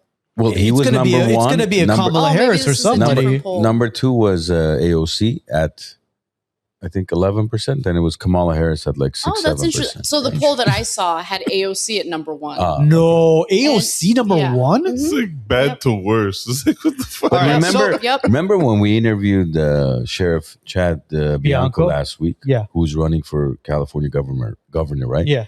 What he mentioned about why they don't want to fix these issues was that because they're pushing towards socialism, right? Universal base income. They're not doing that, trust me. You don't think so? No. So these why not they build don't more give a shit homes? about us. No, no, no. I can't emphasize enough. Gavin Newsom, he's not driven by ideology. It's very obvious and clear to me. He's driven by himself. He's driven by what's hot right now? Like, what are Democratic voters saying? What's in vogue? And let me just like regurgitate it. I've never seen a politician as empty and hollow as Gavin Newsom. He has no guiding ideology. AOC, I think, started off with a guiding ideology, whether you agree with it or not. And I do think that in the beginning, she saw herself as a socialist. But since getting elected, she has acquiesced to the corporate wing of the Democratic Party, the establishment, essentially, because she realized if I want to pursue my political aspirations, then I got to get along, play along to get along, basically. Yeah, you that's gotta what play I the think game. is happening with AOC. I'm not a fan of Gavin Newsom. I've been very vocal about that. I think AOC has terrible political instincts. I think that she's been outflanked by the likes of Marjorie Taylor Greene in terms of fighting against Israel's influence on the United States and also genocide. I mean, have you seen, Marjorie Taylor Greene, regardless of what you might think about her, she put her entire political career on the line. She engaged in an insane amount of conflict with President Donald Trump, who she like very much supported, in order to do the right thing and speak out against Israel. And by the way, the administration in their cover-up of the Epstein files. I'm sorry, but this issue is really important, not just to me. I think it's important to the future of the country. And it's insane that Marjorie Taylor Greene had more courage in terms of basic human rights than AOC did. AOC is like, her voting record's fine. It's definitely better than Marjorie Taylor Greene's on this issue because MTG kind of had a come to Jesus moment on Israel a little later in her career. Yeah. I think if she had realized what the truth was earlier, she would have had an awesome voting record. Well, I mean, AOC's got to play the game in order to go up into the. Then I've got no interest in her. Well, there you go. But that's all of them, Anna. What do That's you, all of them. You don't think Gavin Newsom's going to do the same thing? Gavin Newsom's trash. I've never had interest They're in all Gavin. the Yeah. same. What's your stance on Mondavi in New York?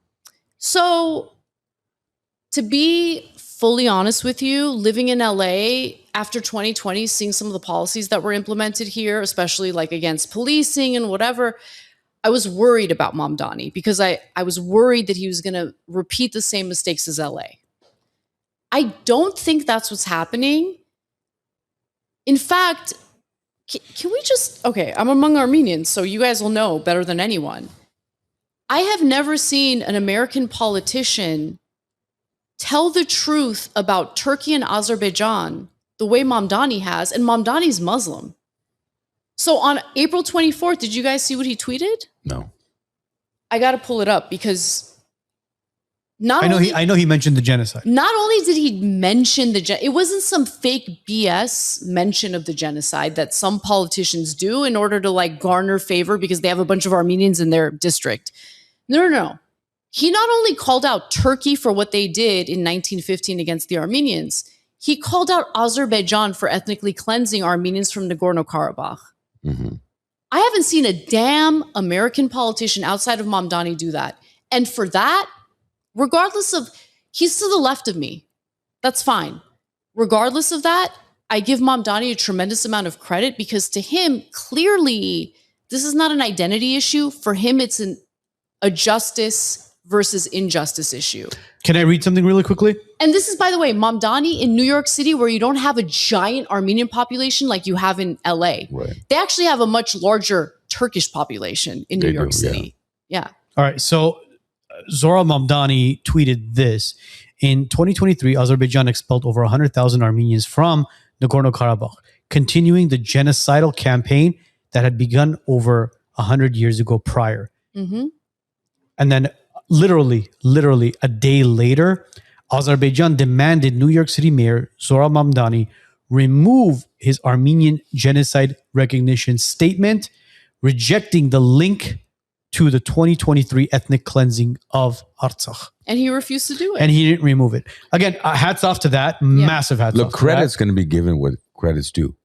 But ultimately, what does that do for Armenia?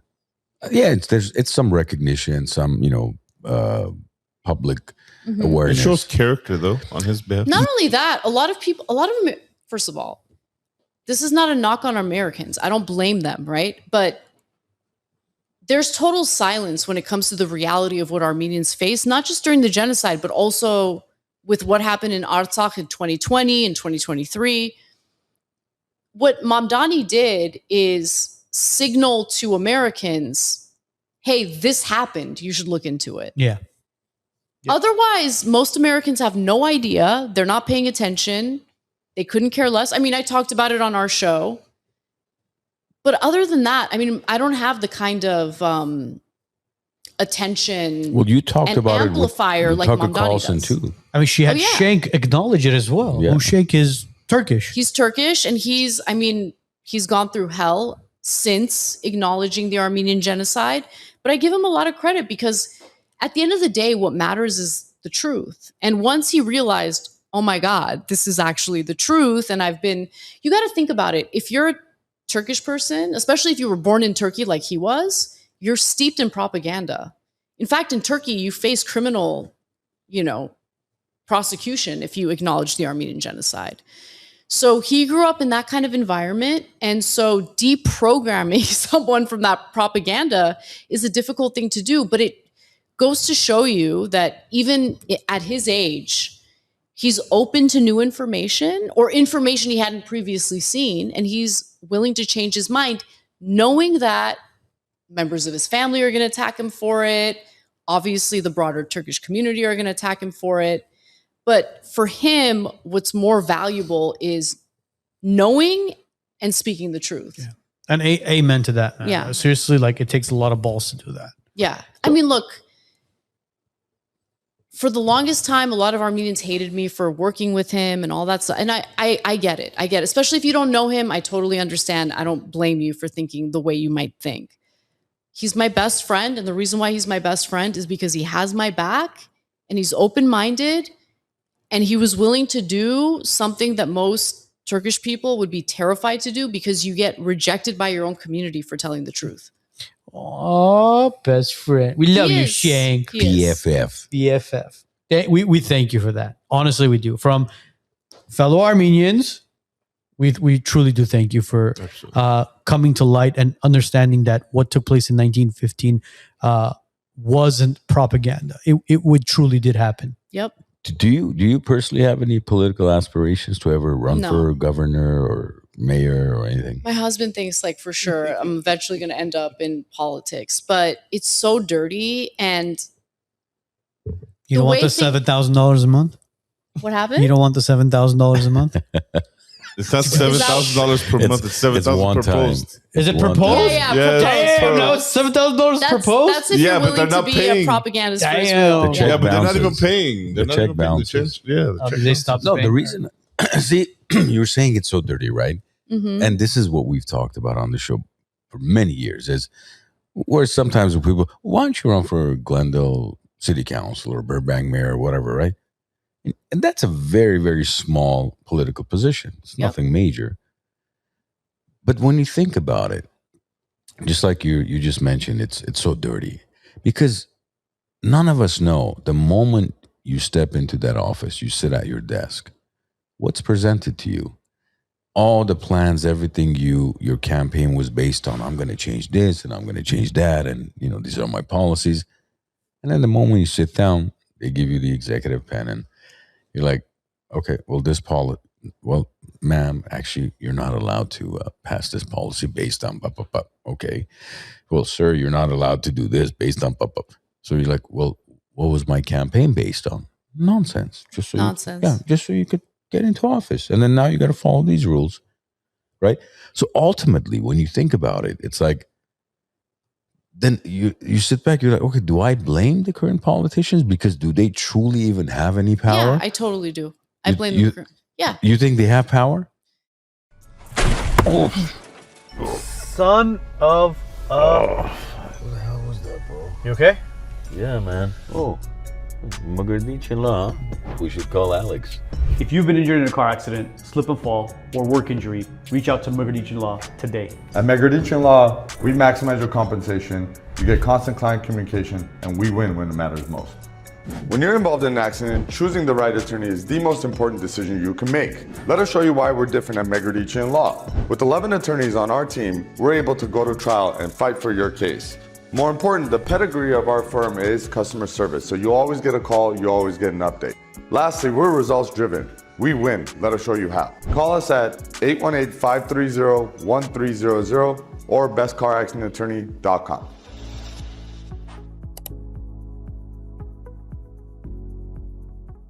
Technology should move your business forward, not hold it back. At Titan Elite IT Services and Consulting, we make sure it does. Our clients don't wait days for help. They get real-time answers, fast resolutions, and dedicated support, both on-site and remote. From Los Angeles to Orange and Ventura counties, our coverage is local, statewide, and nationwide. When you need us, we're already on the way. We're not just an MSP. We build with you, from cloud migration to security to every endpoint in your network. At Titan Elite, we don't just solve problems. We prevent them from happening. We become a part of your team and we grow with you. Titan Elite IT Services and Consulting. Strategic, scalable, trusted, and always on. Or is, again... If they had the balls to rise up and actually represent the American people, what's in the best interest of the American people as opposed to whatever the moneyed interests are demanding of them, I think that there could be real positive change in the country. That's why I asked you about Mamdani. Yeah. Do you think he's made any positive impact on New York? I mean, he's so new to the position he's in right now. So I want to give him a chance and wait and see what happens. Sure. Has anybody that you know of around the country? Any? Yeah. I'll give you a recent example. Sure. And he's paying a price for it, right? So we're filming this, or we're going live, I don't know. The day before the primary race for Kentucky's 4th district, where Congressman Thomas Massie is the incumbent, he did the right thing. He actually gave a damn about transparency for the American people when it came to the Epstein files. And he was willing to work with not just his fellow Republican, Marjorie Taylor Greene, he was willing to work with Democratic Congressman Ro Khanna in pressuring the Trump administration to release at least, we believe, about 50% of the Epstein files. The rest are being covered up, obviously. And when I say he's paying a price, he's being primary. Trump turned on him. By the way, Trump turned on him. Trump got really salty over Thomas Massie wanting a release of the Epstein files. Why is that? Well, he wanted a release, unredacted release. That's what he wanted. No, he wanted the release of the Epstein files. Unredacted. I mean, what does that even mean, though, unredacted? Well, I mean, quote unquote, the files have been released, but it's all just black lines. Everything's redacted. What he wants is an unredacted version of it, which, again, we've messaged and emailed Thomas Massie to come on. We'll fly him out, or we'll fly out to him as well. We were supposed to have Thomas Massie on the show today. It was a disaster. Okay, like it was not because of him. He was like campaigning. I know, but we've been trying to get a hold of him to get him on, and obviously it's campaign season, so you can't blame him. But what he wanted was transparency, an unredacted release of the Epstein files, where you'll see what these names or entities or DBAs or whatever the hell you want to call them are that have been blacked out. That's true. Yeah. Why do I remember somebody from the Trump administration flying somebody out to meet with him recently? I don't know. I mean, Trump sent his former personal lawyer, who's now the acting attorney general, Todd Blanche, to meet with Ghislaine Maxwell. She No, was with originally massive. at a high security facility because she's a rapist. She raped minors.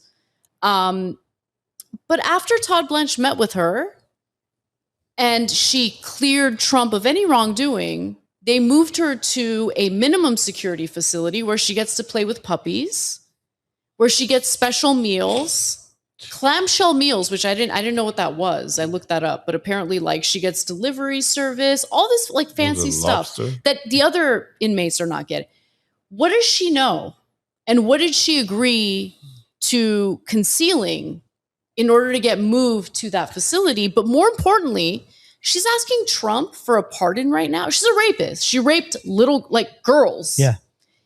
She's asking Trump for a pardon. Now, if you were the president of the United States and Ghislaine Maxwell asked you for a pardon, what do you say immediately? Absolutely not. Absolutely not. Has Trump said absolutely not? I haven't heard him say absolutely not. He has not said absolutely not. And there's in a fact, reason he said, why "I'm she's still thinking in about it." jail. And well, he shouldn't even have said that. There's a reason why Maxwell is still in jail. Mm-hmm.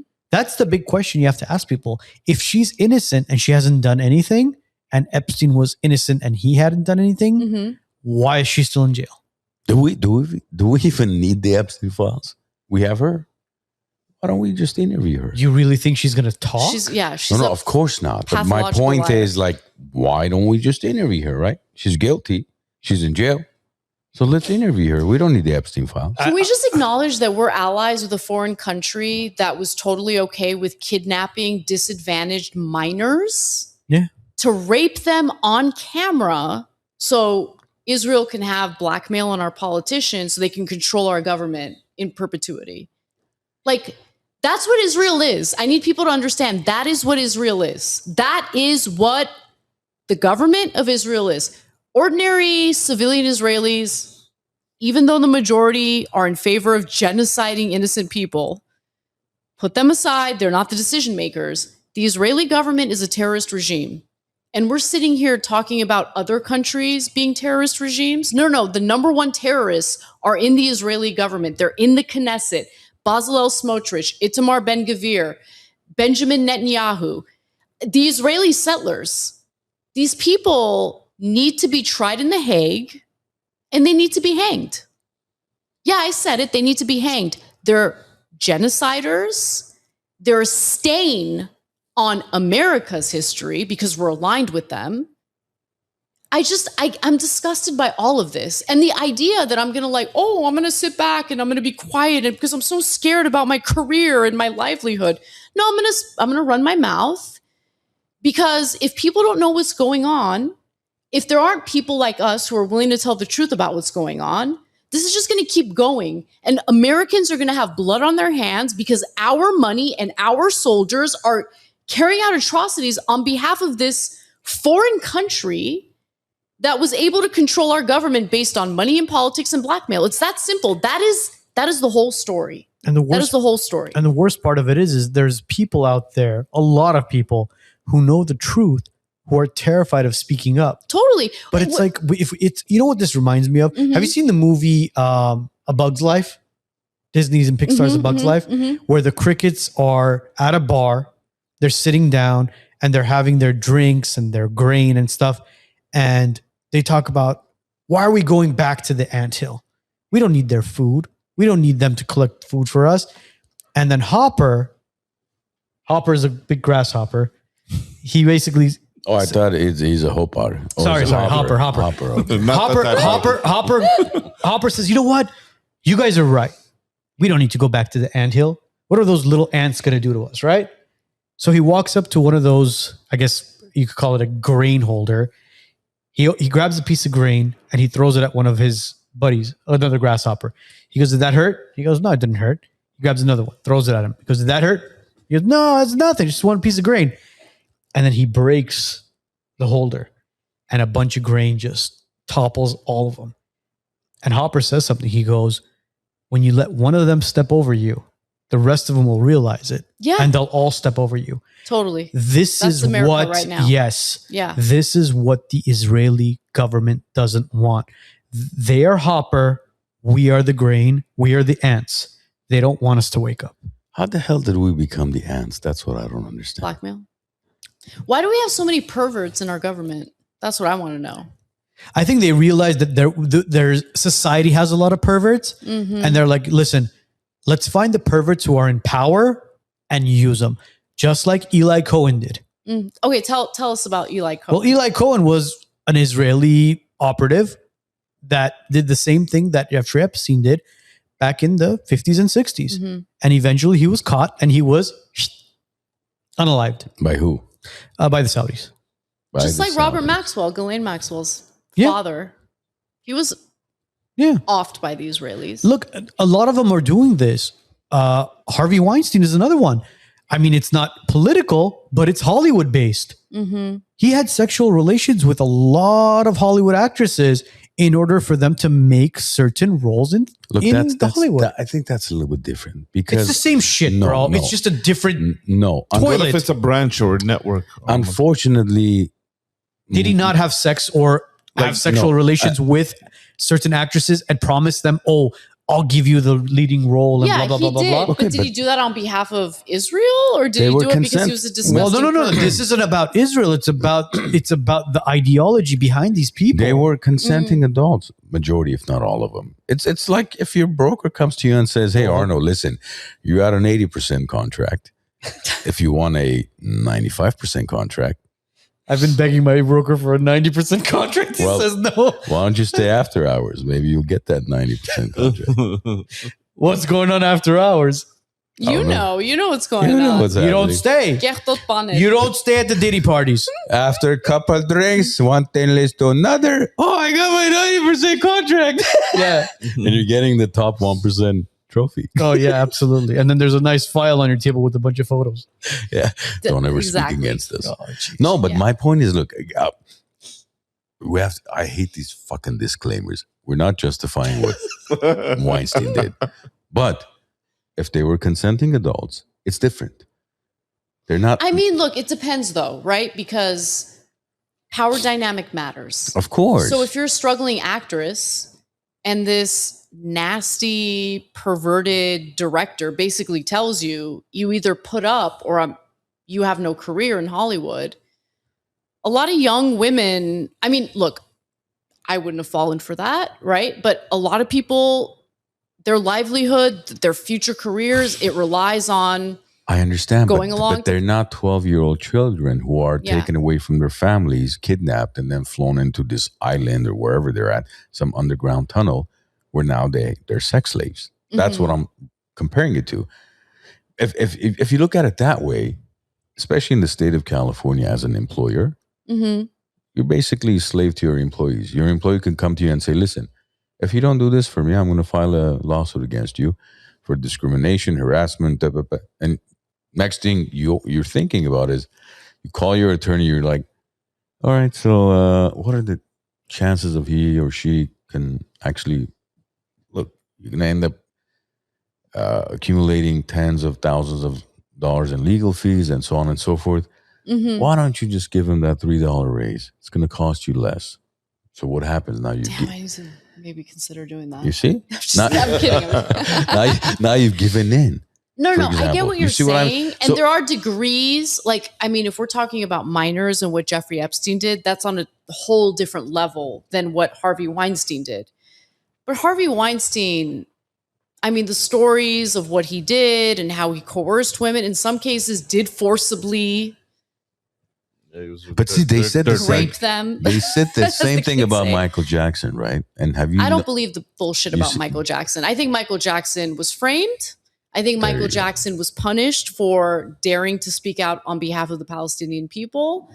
I mean, he has that song where they made him change certain words in it. Where, I mean, I'm not going to say the words, but it's the "You Don't Care About Us" song. Yeah. Yep. And if you listen to it today, those certain words that he mentioned in that song are redacted or are blanked out. Yeah, but who was bedside with Michael Jackson? Who was one of his very good friends? Rabbi Shmuley. He was one of them. Baboon. Of course he was. I didn't Baboon know. man. Rabbi Shmuley was like one of his very, very close friends who was bedside with him till. How? What do you mean how? Oh, Yeah, bro, he it's wasn't true. bedside with him. What is Well, that? I mean, I don't mean like bedside with him, but he was That's like the first he was, time I've ever heard of This that. before his No, dildo man. business. Yep. With his daughter. Rabbi Shmuley was very close Imagine- friends with him. Like I'm a How? woman. I I'm mean, a woman. how? Rabbi Shmuley, Michael Jackson were close friends, and he was his spiritual advisor and collaborators between 1999 and 2004. The co-founder of a charitable Heal for Kids. I wonder if that's how they got access to him. Possibly. Look, Michael Jackson, there's a lot of hidden messages as far as Neverland Ranch, where he was attempting to save children from. You've never been to Neverland Ranch? I have. How many times? Macaulay Culkin, till this day, defends the hell out of Michael Jackson. Yeah. Yeah. I trust Macaulay Culkin. Yeah. And it's funny, we talk about charitable organizations. It's at Heal for Kids, right? Did you guys see the recent study, or not the study, the recent story about Cars for Kids? Yeah, I did. Yeah. Oh, that's a doozy. Bro, listen. Of course. They Every- like totally tricked Americans into thinking they were And- donating and- money and to now- like needy people in the U.S. So- No, California. Yeah. It's California so far. So the judge basically said that you can no longer advertise Cars for Kids in California. Good. Because the funds that you're raising for these donated cars are not going towards kids. They're actually being funneled to Israel. Or actually, they're funneled Can to we New- just address to how New Jersey. lazy the Israelis are? They're so lazy. They're so lazy. That jingle, you couldn't come up with a better jingle. They're so lazy. Oh, the brightest minds. Like, oh, they're so special. They're chosen by God. Laziest motherfuckers on the planet. Yeah. This nonprofit was promised to them how many years ago? 3,000. 3,000, of course. years Yeah. ago. So now they can no longer advertise in California, which they've now appealed, and they want to speak to the judge again to see if they Oh, can that's basically have it, Dude, continue to advertise in Listen, California. guys, majority, if not, I obviously I'm not going to say all, but majority of billionaires, nonprofits, majority of all these huge nonprofit organizations, it's all a scam. They're all fucking scam. Yeah. It's true. If you look at It's their true. executive pays and this pay, it's like they'll raise $500 million a year, and then like 15 million will go to cause. The rest is executives and private planes and Ferraris and vacation. Like, Planes. Like you're not. California is a perfect I mean, example. it's bullshit. California and the homeless industrial complex is a perfect Exactly. example. And by the way, the left turned on me big time because I called this out, because so many of them are part of this grift, right? And I'm not saying the entirety of the left wing. Most people have no idea what's going on. But like tens of billions of dollars in California has been spent on solving the homeless issue, except homelessness has only exploded since then. How do you have tens of billions of dollars in taxpayer money get utilized to solve this issue, yet the problem has only gotten worse? And it's because the money gets funneled to these nonprofits. These nonprofits don't want to solve homelessness. No. This is their cash cow. So they've only made it worse on purpose. So like, I just... Well, what happens is they realize how much money they could actually make with the homeless, quote unquote, homeless crisis. So then they're like, crap, dude, we're making so much money. What can we do? What do Well, you do they're- after homelessness is solved? What do Well, you do for your livelihood? What are you right? talking about, Anna? They funnel in homeless from Colorado, from Utah, Mm-hmm. from the Midwest. They just funnel them in. You go to Why would Venice. they solve it? Why would they solve it? Go to Venice Beach and ask these homeless to show some sort of ID. Mhm. I'll guarantee you 30 to 40% of them are not from California. They've all been funneled here. But And- by the way, let me just say, you don't even need to, there's no grand conspiracy to bring them here. When you have a policy that's like super friendly to, oh, you want to do outdoor camping and do drugs and not take the housing?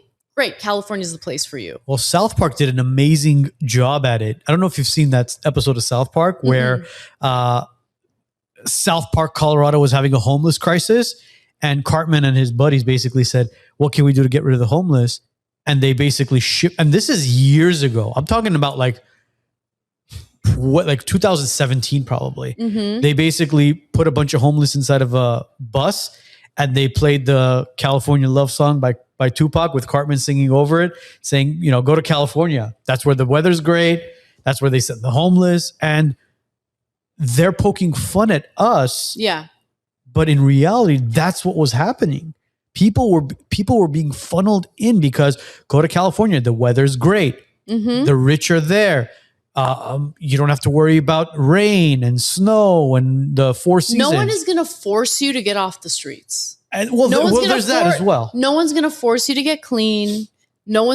I'm sorry, but California prior to 2020, and I was ill-informed. I didn't realize that we had a program that was actually very successful. It was called drug courts. Basically, someone who's addicted to drugs and they commit a crime or a number of crimes while under the influence of a drug that they're addicted to. Now, people who are addicted to drugs, they need help. They don't need to be thrown in prison. That's not going to solve the problem. So like the whole idea is, okay, let's give them an option.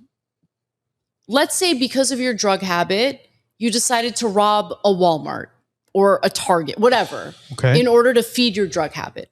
Okay, well, you've committed a crime. So you go to court and you're given an option. All right, well, you committed this crime. You've been convicted of it. You have one of two options. Either you go to prison, you serve a sentence, or here's an opportunity for you. You can get clean, and we're going to help you get clean. We're going to put you through rehabilitation and everything. You have a choice to make. And back in the day, prior to 2020, through the drug court system, obviously most people who are addicted will take the rehabilitation over the prison time. Of course. They would get clean, and most of them, not all of them, but most of them would go on to live productive, healthy lives. They would thrive. But we went in a completely opposite direction. Now we have this like, you're smoking meth on the corner where there's a school. That's okay. No, that's not okay. That's not okay. I grew up with the mentality of there's drug dealers on your street corner. The kids in that community are effed. It's over for them. Oh yeah, right. Absolutely. They're not being raised in a community that's safe. They're probably going to get addicted to drugs themselves. Now we live in this weird topsy-turvy world where it's like, no, the right thing to do is to support the drug addiction. And how dare you? There was a man who would smoke crack on the corner that I would walk by with my dog every morning. And one morning he's smoking crack. There's kids walking by. They're walking to school with their parents. And the parents aren't saying anything. Finally, I look at this guy and I was like, can you go do your drugs someplace else where the little kids aren't going to see you as they're walking to school? What did he say? I'm just curious. No, he's high out of his mind. But honestly, the guy who's high out of his mind is not going to be able to make a good decision for himself. I think that's why people aren't communicating with him. It's up to people that we've elected, right, to do what's right for their community, but they're not doing what's right for their community. They're feeding into the behavior. They're feeding into the drug addiction. They're feeding into the homeless encampment. They think they're being good people by letting individuals live and die in squalor on the streets. That's not what the left used to be, by the way. No. The left was very compassionate before. Compassionate in the right way. Compassionate Absolutely. In terms of we want to help you get off the streets. The left now is we want to help you remain on the streets and live free. No, that's not compassion. That's not compassion. That's money laundering. That's what it is. It is. It is money laundering for the nonprofit homeless industrial complex. Because look, if you look at the amount of tax dollars that the state of California, let alone the county of Los Angeles, collects through property taxes and through sales taxes, income, all this stuff. All that money being funneled in can be utilized very efficiently by opening up state or county regulated mental institutions, 100%, drug rehab centers, rehab. Not we're going to help you inject. No. Actual rehab centers. Yeah. None of those smoke out of crack. None of those things are. We're talking about real rehab centers, bro. Okay, we're not talking rehab, right? Yeah. But here's the issue. One of the reasons why mental institutions were pretty much discouraged and then shut down eventually, frowned upon. That's what they said. Yes, was because there was a lot of abuse going on in these hospitals. There used to be hospitals, mental institutions were hospitals. Yeah, of course. Psych wards. Now, if you go to some of the major hospitals in LA County, they have a psych ward but it's only maybe 12 bed, 18 bed, 20 bed. Roughly. Yeah, the Right? psych ward is on the streets now. And they're all, and they have a waiting list, unfortunately. So what ended up happening with a lot of these psych wards or these mental institutions where they were being abused, a lot of drug testing, a lot of things that they couldn't consent to because they were mentally ill. So that was one of the reasons why Reagan decided, look, these people are not getting better. So why don't we implement maybe an in-home program? So let's get rid of these mental institutions. We'll follow you at home, which, look, concierge medicine is coming back. You know how back in the days, the doctor would show up at your house, knock on your door with their briefcase? Yes. Right? Their doctor briefcase and check up. Concierge medicine has been coming back. But who pays for that? I mean, insurance pays for it. Some insurances will pay for it. Some of it is private because technically a lot of concierge medicine has an annual membership fee. A few $100 a year you pay to be part of that, right? But my point is the idea of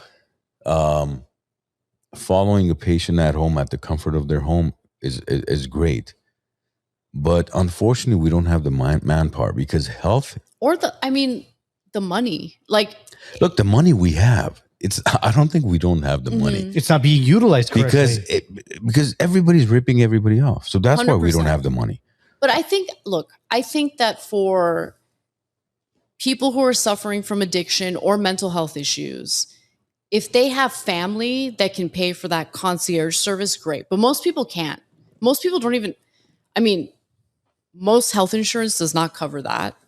And a lot of Americans don't even have health insurance to begin with, right? But it's all that's the thing. It's all intentional, though. That's how, no, of course we have the money to give everybody. We got to save that money for Israel, of course. We got to fight their wars. We got to kill you don't think Muslim children. You don't think those certain high rises that have been abandoned or certain hospitals that have been abandoned can be reinstated into mental institutions where it's literally like tier levels. The higher you up, the crazier you are. And again, I don't want people to think that I'm calling everybody crazy, but like the higher you are on the floors, like the more security there is. And as you make your way down, in theory, the original plan. And by the way, this didn't start under Reagan. It started under JFK. Reagan carried it out. Enforced it. Okay. By the way, I love when Democrats in California are like, oh, Reagan did this. Okay, well, Reagan, like that was in the 80s. It's now 2026. Democrats have been in charge in California for decades upon decades. So what are you going to do about it? Oh, nothing? Okay, then F off. Yeah. But I think that the original plan was, okay, these state level asylums are abusive. So we're going to shut them down and we're going to pivot to county operated asylums. But the counties never opened any mental health facilities. So instead, the state facilities shut down and then you have a bunch of severely mentally ill people just thrown out onto the streets. And that's how we got to where we are today. So here's the problem.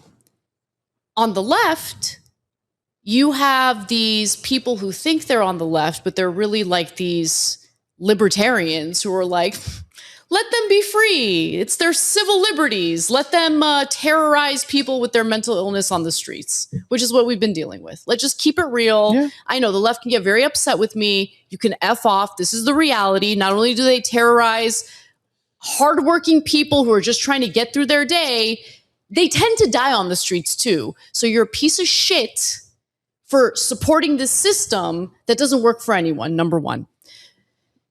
Number two, on the right, we don't want to spend money on this. We want to spend the money on other stuff. On a war. So both sides are full of crap, and ordinary people suffer as a result, including people who don't have mental illnesses, who are just trying to go about their day without getting physically assaulted by a mentally ill person, and also mentally ill people who need help. You have schizophrenia. How does it make sense to leave you out on the streets? How does that make any sense? It doesn't make sense. It's so, look, mental illness. I'm not talking about depression. I'm not talking about anxiety. I'm talking about like you're having a hallucination. But even depression itself, Anna, you have to realize, I've been in healthcare for almost 2 decades. And cancer is the scariest word in the dictionary. When people hear the C word, it's like, oh my, they're devastated because there's like, okay, we're done. But what they don't realize is there's so many more people suffering from depression, schizophrenia, bipolar, and Alzheimer's, the dementia, which is 10 times scarier than cancer. Because, look, I'm not trying to downplay cancer. It's a horrific disease. But at least there's medication for pain. There's medication for some type of relief. There's no medication for mental relief. Absolutely nothing. The only thing you can take is to completely sedate you so you could fall asleep. That's it. So you're basically living dead. I mean, you might as well, not be around, because ultimately that's what it is. It sounds like the average American worker these days, to be honest with you. So my point is, look, government was never meant to be efficient. Government was never meant to solve problems, because without problems, you don't need government, right? Well, you mentioned that a little while ago.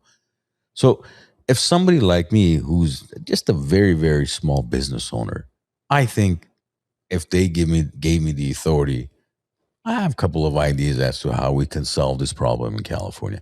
You don't think there's people 10 times, 100 times smarter than I am who actually have authority, who have the money, who have the power, could solve this problem? Of course they could, but they don't want to. And you don't need $25 billion to go to.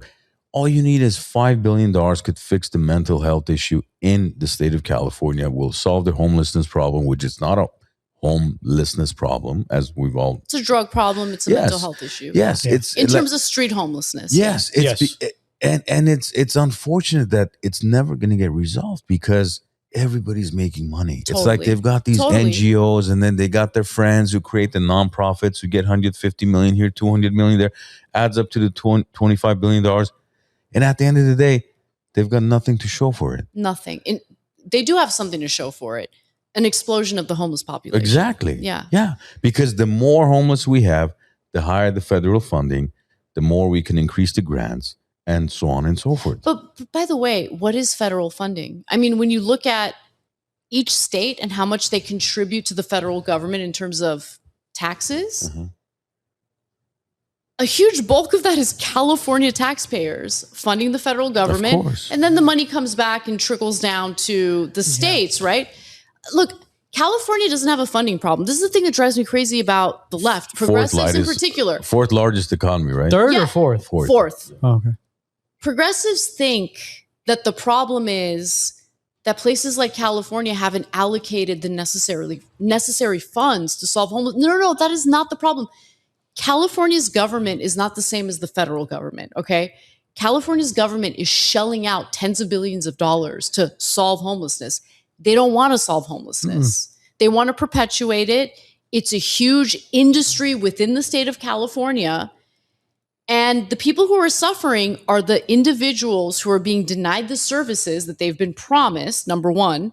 But also, I don't think it's a bad thing to acknowledge working class Californians who are also victimized by this. There is no middle class in California. I mean, there is no middle class. It's either working class or super rich. We talked about it. Poor or rich. Yeah, we talked about it with Chad, with the sheriff, Chad Bianco. We said that, unfortunately, the middle class in California is dying. Dwindled. Yeah. It's dying. You're either super rich or you're super poor. And both of them are living phenomenal lives. Yeah. The super low class or not the super low class, but the very, very, very... Sorry. English is his second language, guys. Let's that was this speaking. That was very low class. Can we go back to... It's not that bad. No, it is bad actually, bro. You don't want to say. They're gonna run with that one. What should I say? Jeez, bro. All right. So you have the upper class, the middle class, and low. What's happening right now is the ones that are depending on the government right now are being forced to vote a certain political party because they say, if you don't vote blue, we'll cut your EBT, we'll cut your welfare. So they continue to rely on the government, and that's what they want. The middle class is working their asses off trying to make ends meet. And then you have the upper class who is living a phenomenal life. But all three are giving it to Israel. don't be so pessimistic. There's hope. You know what LA County just launched recently? What did they launch? This small business owner grant. You know how much it is? I don't want to hear in total. I don't want to hear How it. much? $2 million. For a small business? No, but that's for the whole entire LA County, $2 million, not per business. Ah, got it. So if you apply, maybe you'll get 2,000, 5,000, which is fantastic. It should cover about. Is this LA or just the whole state? LA of California? County. LA County Should pay the rent. When I got this email, like, you should apply, and I'm like, 2 million. I was like, oh wow, 2 million. Potentially I could get. Then it said for everybody. So what am I going to get? Like $5,000 if I'm lucky. $5,000, $599. You'll be able to buy a foot long. I guess this is their way of trying to attract business back to California It's not gonna happen. we're in so much trouble. right now. 5,000 is not even going to pay for my printer paper. We're gonna see more and more.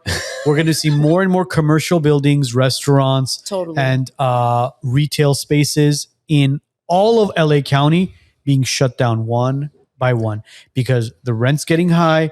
People can't afford to make payroll anymore, and it's practically impossible to be an employer in California. Have you been to Not only 3rd that, Street gas Promenade? prices. Third Street, go to. I swear, go to Brand and Wilson, where you remember where the Chipotle was, right? Yeah. There was a Chipotle, there was a Tender Greens, there was no. It's all empty. Oh, it's 3rd all Street? it's all for lease Oh, now. those are all empty now? It's all for lease. Chipotle left. Okay, that's Glendale Avenue. But 3rd Street Promenade, I remember. It's done. Oh, It's is done. it? It's I like, remember it breaks my heart. I remember going there when I was in college with my friends, and it was like the place to be. but no, now as it's a- like a it's dead? ghost town. Really? Total ghost town. No, yeah. as a business owner, it had like a 10, 15-year waiting list to potentially I believe maybe lease a space on that street. I believe it. Same thing near UCLA, Westwood. Now, we were there with my wife and kids a few months ago. I'm walking by. I swear, 2 out of 3 spaces were for lease. 2 out of 3. Because people can't afford it, man. No. Okay, but 2 out of 3 on 3rd Street Promenade. They can't afford it. Whenever me and my husband go to Florida, I'm always shocked at how clean it is. Number one, you can tell that they like actually take pride in their sanitation, like they're picking up trash and whatever. It's just well governed. I hate to admit it, but it's true. Like it's just, I do. I hate to admit it. Why? Yeah. Just because It's run by a Republican. it's run by Republicans. Look, the problem with Florida though is they have a sizable pro-Zionist Jewish population. Even DeSantis. And I want to escape these people. I don't want to be anywhere near them. Well, James Fishbeck is running for governor now. I know, but he's got no shot. You don't think so? No. You really don't think so? I was No, hoping for I him. don't. I don't think he has a shot. Yeah. I don't want to get into it too deeply, but anyway, going back to the positive things about Florida. Whenever we're in Florida, it reminds me of what it was like growing up in the San Fernando Valley when I was a kid. Yeah. It's just, it's safe, it's family oriented, it's clean, and like, it's also, by the way, Florida's pretty diverse, right? Like you have a very sizable Latino population. When I say Latino, I'm not just talking about Cubans. You've got Venezuelans, Puerto Ricans, Dominicans. Meth addict population, which is huge in Florida too. No, is it really? Of course. I thought, really? No, bro.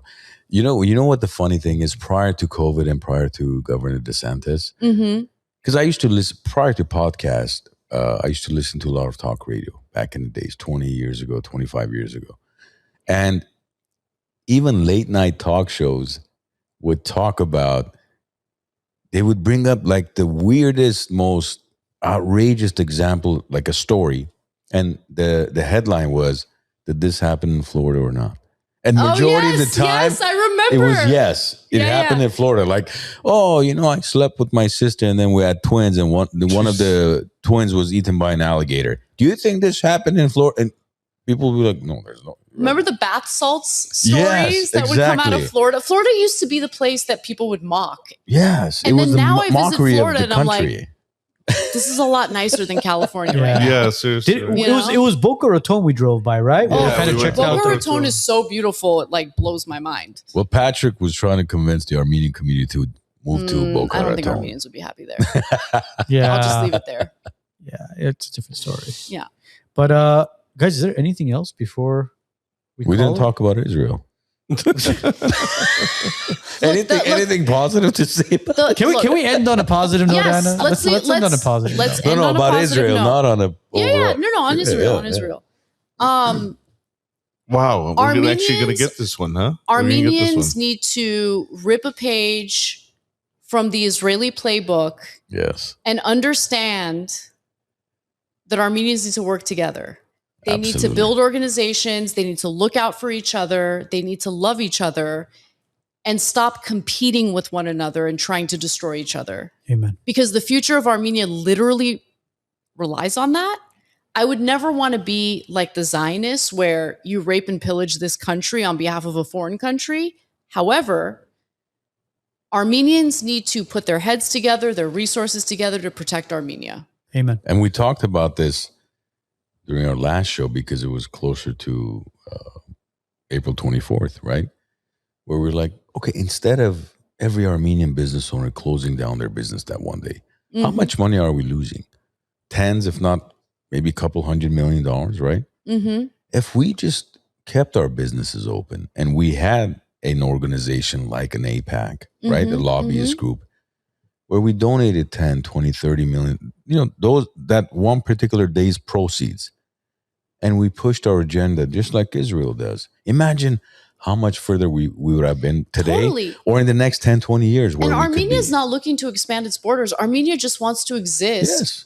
without the aggressors surrounding it taking over and destroying the country. Absolutely. And I think it's important. Yeah, we need to put our heads together and think about what we can do to consolidate power among the Armenian diaspora to protect Armenia. Armenia is in a lot of trouble right now. I don't think people realize how much trouble it's in. You have the corridor in southern Armenia that Is in jeopardy. it's in jeopardy because Pashinyan is willing to make a deal with the devil. And what I mean is make a deal with the United States, which is aligned with Israel, in order to make a peace deal with Azerbaijan. I get that Armenia doesn't have a lot of options right now, but the worst decision you can make is to align yourself with the United States as it's a dying empire. Armenia needs to be smart and have conversations with China. China's a rising power. China's stronger than the United States at this point. Make a deal with China. Your future relies on it. That's my advice to Armenia. That's an interesting perspective. Yeah. Definitely. We never considered China. We've thought about Iran. We've thought about India. Well, Iran by India's- default was kind of But I mean, like a big brother. In a sense. but I mean, they've somewhat cut ties with Iran, unfortunately. And right now, India's done because Narendra Modi has decided to align has with Israel. he bowed down as well? Plus, they spend half their money on what's that guy Ahmadi's wedding a few years ago, and all his Richard Mills. Bro, those Indian weddings are freaking. They're amazing. They're- By the way, I love the Indian people. Incredible people, incredible weddings, incredible culture. Yes. Narendra Modi, though, is unfortunately motivated by his hatred for Muslims. So he thinks the Israelis are my friends. You'll see, homeboy. Yeah, You'll and see. that's unfortunate. You'll see. And again, this is that came from British involvement to create a separation from the Muslims and the Hindus. Don't tell me. Yeah, don't tell me. But I mean, listen, guys, the Indian people, you guys got to put 11 people together to make a By the freaking way, soccer team. for You guys those- are like a couple. For those of you that don't know, well, you were very young in Armenia. You were only 2 when you left. But Just me, right? Because her and I aren't the same generation. no, This you is- were. I forget. You were born here in Armenia. Here. Here, right? Yeah, Yeah. yeah. But I remember as a kid, early 80s, we used to watch a ton of Bollywood movies. Oh yeah, dude. My dad watched a ton of those. And then the music videos were all Jimmy, and playing guitar in the rain. Yeah, so we had this affinity to Indian culture growing up because Well, I think that had a lot to do with our parents being from Iran, because the Iranian culture and the Indian culture, and I believe even the language and the food and all that had a lot of similar ties to it. I'm not joking about that. No, the language has absolutely. I'm telling you, Farsi and Hindu and Farsi are completely different. I know they are. I'm talking about there's certain words and stuff in there. Right. I remember my dad mentioning something about that. Again, I don't speak the languages. I've never heard of that. But from my dad said that there are certain words in Hindu that translate to Farsi as well, and he was like, when you listen to it, you could pick certain things up. Again, I don't speak either one of the languages, but this is something my dad said. I thought you're fluent in Hindu. But but the food is very similar. A lot of spices. Different spices.